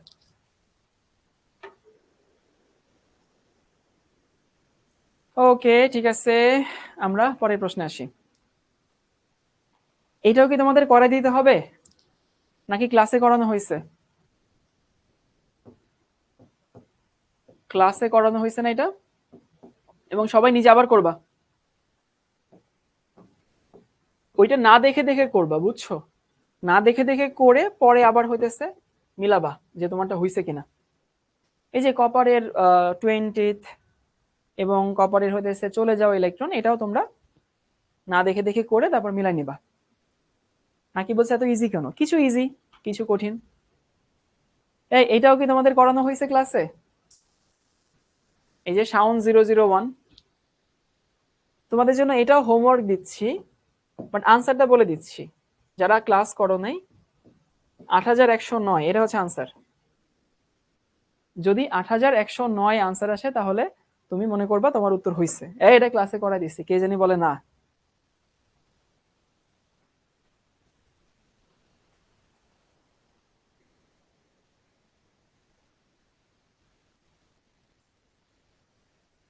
তা সুবহানা বলছে এরকম একটা ম্যাথ ক্লাসে করানো হয়েছিল, আর এরকম একটা ম্যাথ না, এটাই ক্লাসে করানো হয়েছিল। এরপরে দেখো দেখো তো এটা তোমাদের ক্লাসে করানো হয়েছে কিনা। তোমাদেরকে বলছিলাম বুয়েট 13-14 সালে আসছিল, এই যে বিটা কণার আপেক্ষিক ভর শূন্য। ওকে, তাহলে বিটা কণার আপেক্ষিক ভর শূন্য, কোন তেজস্ক্রিয় পরমাণু থেকে বিটা রশ্মি নির্গমনের ফলে পারমাণবিক সংখ্যা 1 একক বৃদ্ধি পায় কিন্তু পারমাণবিক ভর সেম থাকে, এটা কিভাবে সম্ভব? তাহলে এটা কিভাবে সম্ভব এটাও ক্লাসে করানো হয়েছে, সবাই ক্লাসে দেখে নিবা। বিটা কণা বের হয় মানে হইতেছে সেখানে কি হয়েছে, ভেতরে একটা নিউট্রন ভাঙছে। সো নিউট্রন ভেঙে ইলেকট্রন তৈরি হয়। আচ্ছা বলে দিচ্ছি, দেখো সংক্ষেপে বলে দিই। নিউট্রন ভাঙলো, ভেঙে কি তৈরি করে? ভেঙে তৈরি করে হচ্ছে প্রোটন, আর ভেঙে তৈরি করে হইতেছে ইলেকট্রন। তোমাদেরকে বিটিএস বলছিলাম, বিহাইন্ড দ্য সিন। এই ইলেকট্রনটাকে তুমি কি হিসাবে দেখো? ইলেকট্রনটাকে বিটা কণা হিসাবে দেখো, আর প্রোটনটা থেকে যায়। সো যেহেতু নিউট্রনের ভর এবং প্রোটনের ভর সেম, এই জন্য হইতেছে প্রোটনটা ভর সেম থাকে আর কি নিউক্লিয়াসের। কিন্তু নিউট্রনকে তুমি পারমাণবিক সংখ্যা হিসেবে ধরো না, প্রোটনকে পারমাণবিক সংখ্যা হিসেবে ধরো, তার জন্য পারমাণবিক সংখ্যা এক একক বাড়ে। এটা বলছিলাম বুয়েট 13-14-তে আসছিল, সবাই একটু দেখে নিও খাতায়। বামার সিরিজের দ্বিতীয় লাইনের রং কি? এটা না পারলে বা এটা যদি আমি করে দেই তাহলে তোমাদের সক্ষমতার প্রতি আমার অসম্মান করা হবে। তো এটা হচ্ছে লিখে নাও হইতেছে ই পি ইউ। হ্যাঁ, অনেকে বলে সহজ সহজ, এটা আসলেই করে দিলে তোমার সক্ষমতা, তোমার ক্যাপাসিটির প্রতি অসম্মান করা হবে, যেটা আমি করতে চাই না। অ্যাডভান্স প্রবলেম সলভিং চলতেছে আর কি, একাই পড়া উচিত।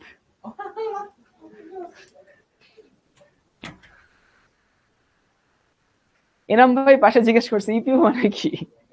এনাম ভাই জানে না ক্লাসের ডায়লগ গুলা। হ্যাঁ, আচ্ছা, প্রমাণ করো বামার সিরিজে দৃশ্যমান বর্ণালী তৈরি হয়। লিখে নাও এন কে পি। কি বের করতে হবে বুঝতে পারছো? ল্যামডা ম্যাক্স বের করবে একবার, ল্যামডা মিনিমাম বের করবে একবার, বুঝছো? ম্যাক্স মিনিমাম বের করে তুমি হইতেছে দুটা রেঞ্জ দেখাবা যে ঠিক আছে আমাকে ল্যামডা রেঞ্জ হচ্ছে এই পর্যন্ত আসছে, তার মানে হইতেছে আচ্ছা এন কেপি মানে নিজে করতে পারবো, লিখে নাও নিজে করতে পারবো।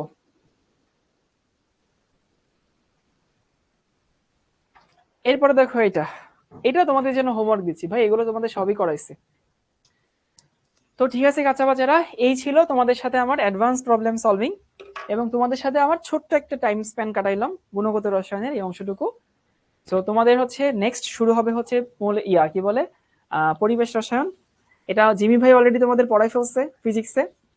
পরিবেশ রসায়ন পড়াইছে না, ফিজিক্সে ওই যে গ্যাসের সূত্র পড়ছে ভাই, তো ওই গ্যাসের সূত্রের পরিবেশ রসায়ন একই জিনিস। একই জিনিস। হ্যাঁ জোস। তো ওরা অনেকেই বলতেছে যে ভাইয়া ওই কলেজে যে সময়টা ওরা পাস করে এবং আমাদের এখানে তো প্রায় অনেকগুলো ক্লাস হয় দিনে 2টা বা 3টা, সো এইটা কিভাবে ব্যালেন্স করবে? ভাই এটা হচ্ছে ওদেরকে আমি অনেক আগে থেকে প্রতি ক্লাসে আমি এটা নিয়ে কথা বলি। প্রথমত হচ্ছে যদি ও কলেজের ক্লাস না বুঝে তাহলে ভাই কলেজের ক্লাস ফলো করার কোনো দরকার নেই। মানে এমন যদি হয় কলেজে ক্লাস করাচ্ছে আমি কোনো কিছু বুঝতে পারছি না, তাহলে শুধু শুধু ক্লাস করে বা হচ্ছে তুমি কলেজকে ফলো করে বা কলেজের ক্লাস বোঝার চেষ্টা করে তো দরকার নেই। সেহেতু তুমি এখানে বুঝছো, তুমি এখানেই থাকো।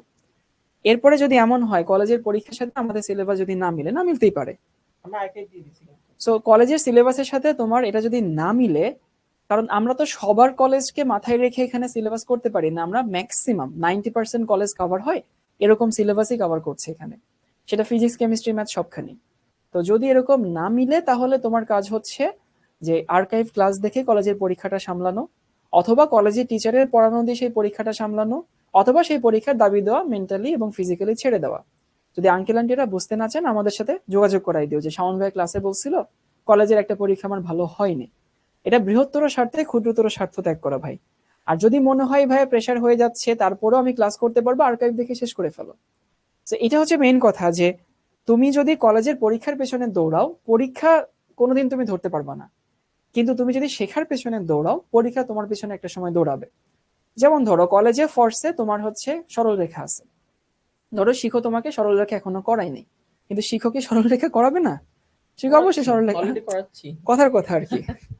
তো শিখো সরলরেখা অবশ্যই করাবে। তো তুমি যখন পরবর্তীতে শিখো কলেজে শিখে এসে শিখোর ক্লাস করবো, তখন দেখবা যে তোমার কাছে সব ইজি মনে হচ্ছে। আর আমরা তোমাকে কতগুলো স্টেজে গ্রুম করি তোমার কোনো আইডিয়া আছে? অলরেডি পেয়ে গেছো।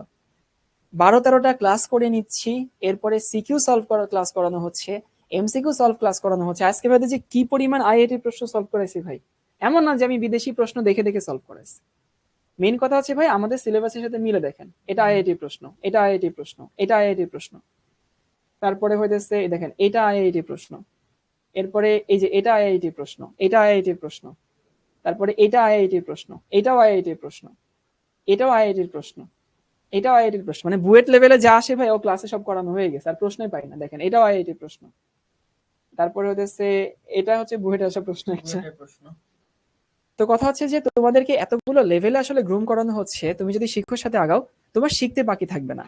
হ্যাঁ, তোমাদের কলেজের পরীক্ষার সাথে সিলেবাস না মিললে আসলে আমরা দুঃখ প্রকাশ করা ছাড়া আর এরকম গাইডলাইন দেওয়া ছাড়া আসলে আর কোনো কিছু বলার নাই আমাদের। কিন্তু end of the day long রানে তুমি ভালো করবা সেই নিশ্চয়তা আমরা তোমাকে দিচ্ছি। কিন্তু প্যারা নিতে হবে ভাই, কেউ কখনো তোমাকে বলতে, ওদের ভাই শুরুতেই বলছে কেউ বুয়েট টার্গেট করতেছে, ডিউ টার্গেট, মেডিকেল টার্গেট। তো সবাই বলতেছে যে ভাই টার্গেট, বাট কিন্তু টার্গেট করে বসে থাকলে তো হবে না। আর কেউ এটা বলবেও না যে বুয়েটে ইজিলি চান্স পাওয়া যায়। বলে আপনি অনেকে। ইজিলি চান্স পেয়েছিলেন? হ্যাঁ, না আমি কি কঠিন ভাবে চান্স পাইছি, অনেক পড়ালেখা করতে হয়েছে। সো একজন বলতেছে যে ভাইয়া ইম্পর্টেন্ট জিনিসগুলো কি মাথায় রাখবো নাকি নোট করবো? আমি বলবো যে দুইটাই করো। ইম্পর্টেন্ট কিছু যদি থাকে বা যদি কোনো সূত্র বা শর্টকাট থাকে সেটা অবশ্যই তুমি খাতায় লিখে রাখবা এবং সেই সাথে মাথায় রাখবা। কারণ খাতা কিন্তু ওই 12 টাকা কেজি দরে বেচে দিলে চলে যাবে, কিন্তু মাথা তো আর তুমি বেচতে পারবা না। মাথা বেচতে পারলে আমি অনেক আগেই বেচে দিতাম, শাওনেরটা যাই না। ঠিক আছে, আমি একদিন ওদের জিজ্ঞেস করছিলাম যে আমার মাথাটা কেউ কিনবা কিনা, সবাই বলছে যে কিনবা। আচ্ছা, শাওন ভাইয়ের মাথা যদি কিনতে পারতা তাহলে অবশ্যই আমরা সবাই কিনতে চাইতাম, তাই না? সো খাতায় রাখবো, সেই সাথে অবশ্যই মাথায় রাখবো। এনিমেটেড ভিডিওটা দেখার চেষ্টা করব, তাহলে কনসেপ্টটা ক্লিয়ার হবে বা জিনিসগুলো একটু ইন্টারেস্টিং লাগবে। আর ভিজুয়ালাইজেশনের মাধ্যমেও কিন্তু শিখার একটা মাধ্যম আছে, যে একটা হলো লেখে লেখে শিখা, আর একটা হলো শুনে শুনে শিখা, একটা হলো পড়ে পড়ে শিখা, এবং একটা হলো দেখে দেখে শিখা। সো এনিমেটেড ভিডিওগুলো দেখে দেখে শিখার পার্টের মধ্যে পড়ে। কমেন্ট পড়েন, কমেন্ট অবশ্যই পড়বো, সবার কমেন্টই পড়া হয়। সো ভাইয়া যেটা বলছে খুবই ইম্পর্টেন্ট, যে তোমার টার্গেট বা স্বপ্ন এখন থেকে যেই জায়গায়, যে ভাই আমি বুয়েটে পড়তে চাই, আমি মেডিকেলে পড়তে চাই, আমি ঢাকা ইউনিভার্সিটিতে পড়তে চাই। সো ফার্স্ট অফ অল ওই টার্গেটকে শুধু টার্গেট করে বসে থাকলে হবে না। যে আমি টার্গেট করলাম যে আমি এখান থেকে রাতে আজকে বাসায় যাব, শিখো থেকে বাসায় যাব, টার্গেট করলাম, করে শিখোতে বসে থাকলাম, তাহলে আমি বাসায় গিয়ে পৌঁছাইতে পারবো বলো? না, আমাকে নিয়ত করতে হবে ফার্স্টে, তারপর সেই নিয়তের জন্য, ওই নিয়তের জন্য যা যা করণীয় সেই কাজগুলো করা শুরু করতে হবে। আমাকে ফার্স্টে প্রিপারেশন নিতে হবে, তারপরে আমাকে এই রাস্তায় নেমে হয়তোবা কোনো একটা যানবাহনে উঠতে হবে, সেই যানবাহনের মাধ্যমে নিজে এলাকায় পৌঁছাইতে হবে, তারপর সিঁড়ি বেয়ে বেয়ে আবার আমার বাসায় পৌঁছাইতে হবে। অনেকগুলো স্টেপ আছে। সো তোমাদেরও সেম, তোমার যদি টার্গেট থাকে বুয়েটে পড়া, টার্গেট থাকে যদি মেডিকেলে পড়া, টার্গেট থাকে যদি ঢাকা ইউনিভার্সিটিতে পড়া, তাহলে সেগুলো অনেকগুলো স্টেপ আছে। প্রথম স্টেপ, মূল বই শেষ করতে হবে, কনসেপ্ট গুলো ক্লিয়ার করতে হবে। এই যে আজকে শাওন ভাইয়া কি সুন্দর জিনিসগুলো পড়াইলো, এই জিনিসগুলো তুমি যদি কনসেপ্ট গুলো ক্লিয়ার করো, কনসেপ্ট যদি বুঝে থাকো, তার আগে আমরা বোর্ডের জন্য সিকিউ এমসিকিউ করাইছি, সেগুলো যদি তুমি পেরে থাকো, তাহলে তোমার প্রথম স্টেপ ডান। দ্বিতীয় স্টেপ, বোর্ড এক্সামে ভালো করা, কারণ বোর্ড এক্সামের নাম্বারগুলো ভর্তি পরীক্ষাতে যুক্ত হবে। কোনো ভর্তি পরীক্ষায় বলে না যে কলেজের টেস্ট পরীক্ষা থেকে আমরা 10 নাম্বার নিব, এটা ভাই কেউ আমরাও বলেও তো না। এই অ্যাডভান্স প্রবলেম সলভিংটা আমরা কেন প্রথমে নিলাম না, শেষে কেন নিলাম? হ্যাঁ, কারণ ওই যে প্রথমে তো আগে পারতে হবে। আগে তোমাকে শিখতে হবে, কনসেপ্ট শিখতে হবে। বলতে পারো যে ভাইয়া আপনারা হচ্ছে সিকিউ এমসিকিউ নেওয়ার আগে এটা নিতেন। না, আমরা বিশ্বাস করি, দেখো তোমাকে প্রথমে 12টা ক্লাসে কনসেপ্ট শেখানো হয়েছে, সেখানেও আমরা অনেক প্র্যাকটিস করছি। এরপরে তোমাকে সিকিউ এমসিকিউ সলভ করানো হয়েছে, তারপরে সিকিউ সলভ করানো হয়েছে। দেখো তোমাকে যেরকম আমরা level level level level maintain করতেছি, তোমার নিজের পড়াশোনাটাও কিন্তু ওই লেভেল আপটা করতে হবে, মেনটেন করতে হবে। চান্স পাওয়া কঠিন, আবার তুমি যদি এই কঠিনটাকে 2 বছরে ভাগ করে ফেলো, প্রতিদিন কঠিন থাকে না আর কি। করে থাকেন। তো প্রেশার তোমাকে নিতে হবে ভাই, তুমি সেটা 2 বছরের প্রেশার 2 বছরে নিবা নাকি 3 মাসে নেবে, এটা তোমার উপর নির্ভর করে। ওকে, সো একটা দুষ্ট বলতেছে, ভাইয়া সবই তো করলাম, আপনারা ফার্স্টে কনসেপ্ট পড়েছেন, সিকিউ করেছেন, এমসিকিউ করেছেন, ভর্তি পরীক্ষা প্রশ্ন করেছেন, কিন্তু প্র্যাকটিক্যাল ক্লাস কখন করব? এদিকে তুই, এদিকে তো পিঠে তাল ফালাই, ফাজিল কথাকার। প্র্যাকটিক্যাল ক্লাসও করা আছে। হ্যাঁ রে, শিখো, কোনো কিছু বাদ দেয় না। শাওন ভাইয়া কোনো কিছু বাদ দেয় না। শাওন ভাইয়ার প্র্যাকটিক্যাল ক্লাস করতে শিখো, ইউটিউব চ্যানেলে চলে যাও, লবণ রহস্য। লবণ রহস্য করা আছে ওইখানে, একটা ইউটিউব সিরিজ আছে। যেই জিনিসটা প্র্যাকটিক্যালে দেখানো দরকার সেই জিনিসগুলো প্র্যাকটিক্যালে সাজানো আছে ইউটিউব চ্যানেলে। তো শিখো, ইউটিউব চ্যানেলে চলে যাও, অনেক কিছু পেয়ে যাবা। বুঝতে পারছো? সবই দেওয়া আছে বাবা।